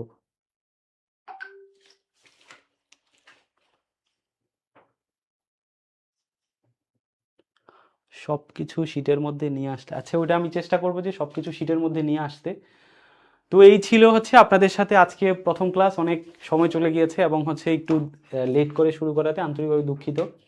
তো আশা করি যে ক্লাসটি, সিলেবাসটি আপনারা বুঝতে পেরেছেন, কারণ বিসিএস আন্তর্জাতিক সিলেবাসটা বোঝাই অনেক কিছু। এটা আসলে খুব একটু ক্রিটিক্যাল প্রশ্ন আসে, যে কারণে আমরা সিলেবাসটা চেষ্টা করেছি সহজ করে বোঝার জন্য। আশা করি যে ক্লাসগুলো এভাবে সহজ করে আমি নিয়ে আসতে পারবো, ক্লাসগুলো সহজ করে সাজাতে পারবো, যেন হচ্ছে আপনারা ক্লাসগুলো করলেই হচ্ছে পুরো সিলেবাসটা শেষ হয়ে যায়। আর কোনো প্রশ্ন না থাকলে আমরা আজকে শেষ করতে পারি। জুমি কোনো প্রশ্ন?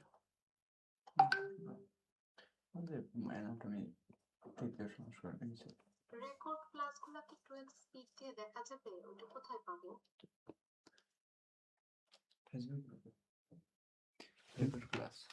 ও রেকর্ড ক্লাসগুলো হচ্ছে ধরেন এটা লাইভ হয়েছে, এটার হচ্ছে রেকর্ডটা আমরা যেটা করব আপনাদের ফেসবুকে এখানে একটা ফিচার্ড একটা অপশন আছে, ফেসবুক যে গ্রুপটা থাকবে ফেসবুক গ্রুপের ফিচার্ড অপশনে ওখানে রেকর্ড ক্লাসগুলো থাকবে, আমি হচ্ছে ওই যে আপনাদের স্ক্রিনশট পাঠিয়ে ওখানে দিয়ে দিব, তাহলে আপনারা বুঝতে পারবেন। ওই ফিচার্ড ক্লাসে ধরেন যে লাইভ ক্লাসটা মিস করবে সে হচ্ছে ফেসবুক গ্রুপে যাবে, ফিচার্ড অপশনে যাবে, ওখানে পিন পোস্টে সবগুলো ক্লাস সিরিয়ালে থাকবে, আপনি ওখানে গিয়ে ওই স্পিড মোড বাড়ানো যায়, ওখানে ওই যে সেটিং 3টা ডট থাকে, ওই 3টা ডটে গেলে ওখানে দেখবেন যে video quality, video speed mode ওই অপশনটা পাওয়া যায়, অথবা আপনি ইউটিউবে একটা সার্চ দিলেই হবে যে how to increase speed mode in Facebook video. তো ইউটিউবে একটা ভিডিও দেখলো আপনি মানে দেখে যাবেন যে ইউটিউবের ভিডিও, ফেসবুকের ভিডিওগুলো কীভাবে স্পিড মোড বাড়ানো যায়। তো এক্ষেত্রে যাদের লাইভ ক্লাস সমস্যা এবং হচ্ছে যারা দ্রুত ক্লাসগুলো শেষ করতে চান তারা হচ্ছে যেটা করবেন, এই রেকর্ড ক্লাসগুলোর স্পিড মোড বাড়িয়ে হচ্ছে আপনারা ক্লাসগুলো দ্রুত দেখে নিতে পারবেন। আর আর এই যে ফিচার অপশনে এগুলো স্পিড কিন্তু আপনার লাইভ ক্লাসে বাড়ানো যায় না, লাইভ ক্লাস তো আমি যখন কথা বলতেছি এটাই ওখানে যাচ্ছে, স্ট্রিমিং হচ্ছে, এটা হচ্ছে রেকর্ড ক্লাসের স্পিড মোড বাড়ানো যায়। আর এই ফিচার অপশনটা আপনারা ফেসবুক যারা লাইট ব্যবহার করেন বা হচ্ছে গুগল ক্রম থেকে ফেসবুকে যান তাদের কিন্তু গ্রুপে এই ফিচার অপশনগুলো দেখায় না। তো এই ক্ষেত্রে মূল ফেসবুক যে অ্যাপটা আছে ওই অ্যাপ থেকে হচ্ছে গেলে এই ফিচার অপশনটা দেখা যায়, এটা আমি স্ক্রিনশট দিয়ে আপনাদেরকে গ্রুপে দিয়ে দিব, সমস্যা নেই। হোয়াটসঅ্যাপ যে গ্রুপটা আছে বা ফেসবুক, জি রিটেনের জন্য আমরা যেটা লং কোর্সে আছি। জি জি রিটেনের জন্য হচ্ছে এক্সাম সিস্টেম হচ্ছে আপনাদের ওখানে রুটিনে 6টার মতো এক্সামের কথা বলা আছে, যদি প্রয়োজন হয় আমরা হচ্ছে আন্তর্জাতিকের জন্য আরো বেশি এক্সাম নিতে পারবো, সমস্যা নাই, যে 1 মাস পর পর একটা করে পরীক্ষা ওটা নেওয়া যাবে, সমস্যা নেই।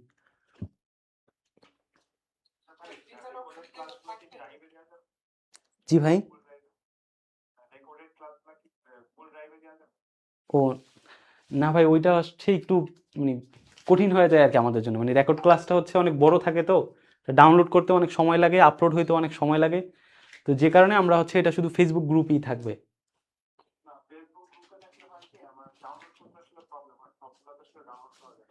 ও না ওটা তো আপনার ডাউনলোড করা তো লাগতেছে না, আপনার এই ক্লাসগুলো তো এটা 2 বছর পর্যন্ত আপনার এমনিই থাকবে, মানে এই তো গ্রুপে আপনি যে কোনো সময় গেলেই তো এই ক্লাসগুলো পাচ্ছেন, এগুলো তো আর ডিলিট হবে না, 2 বছর পর্যন্ত থাকবে, ডাউনলোড করতে হবে না তো। ওটা ফেসবুক এটা শেষ করে দিই নাকি? জি ভাই।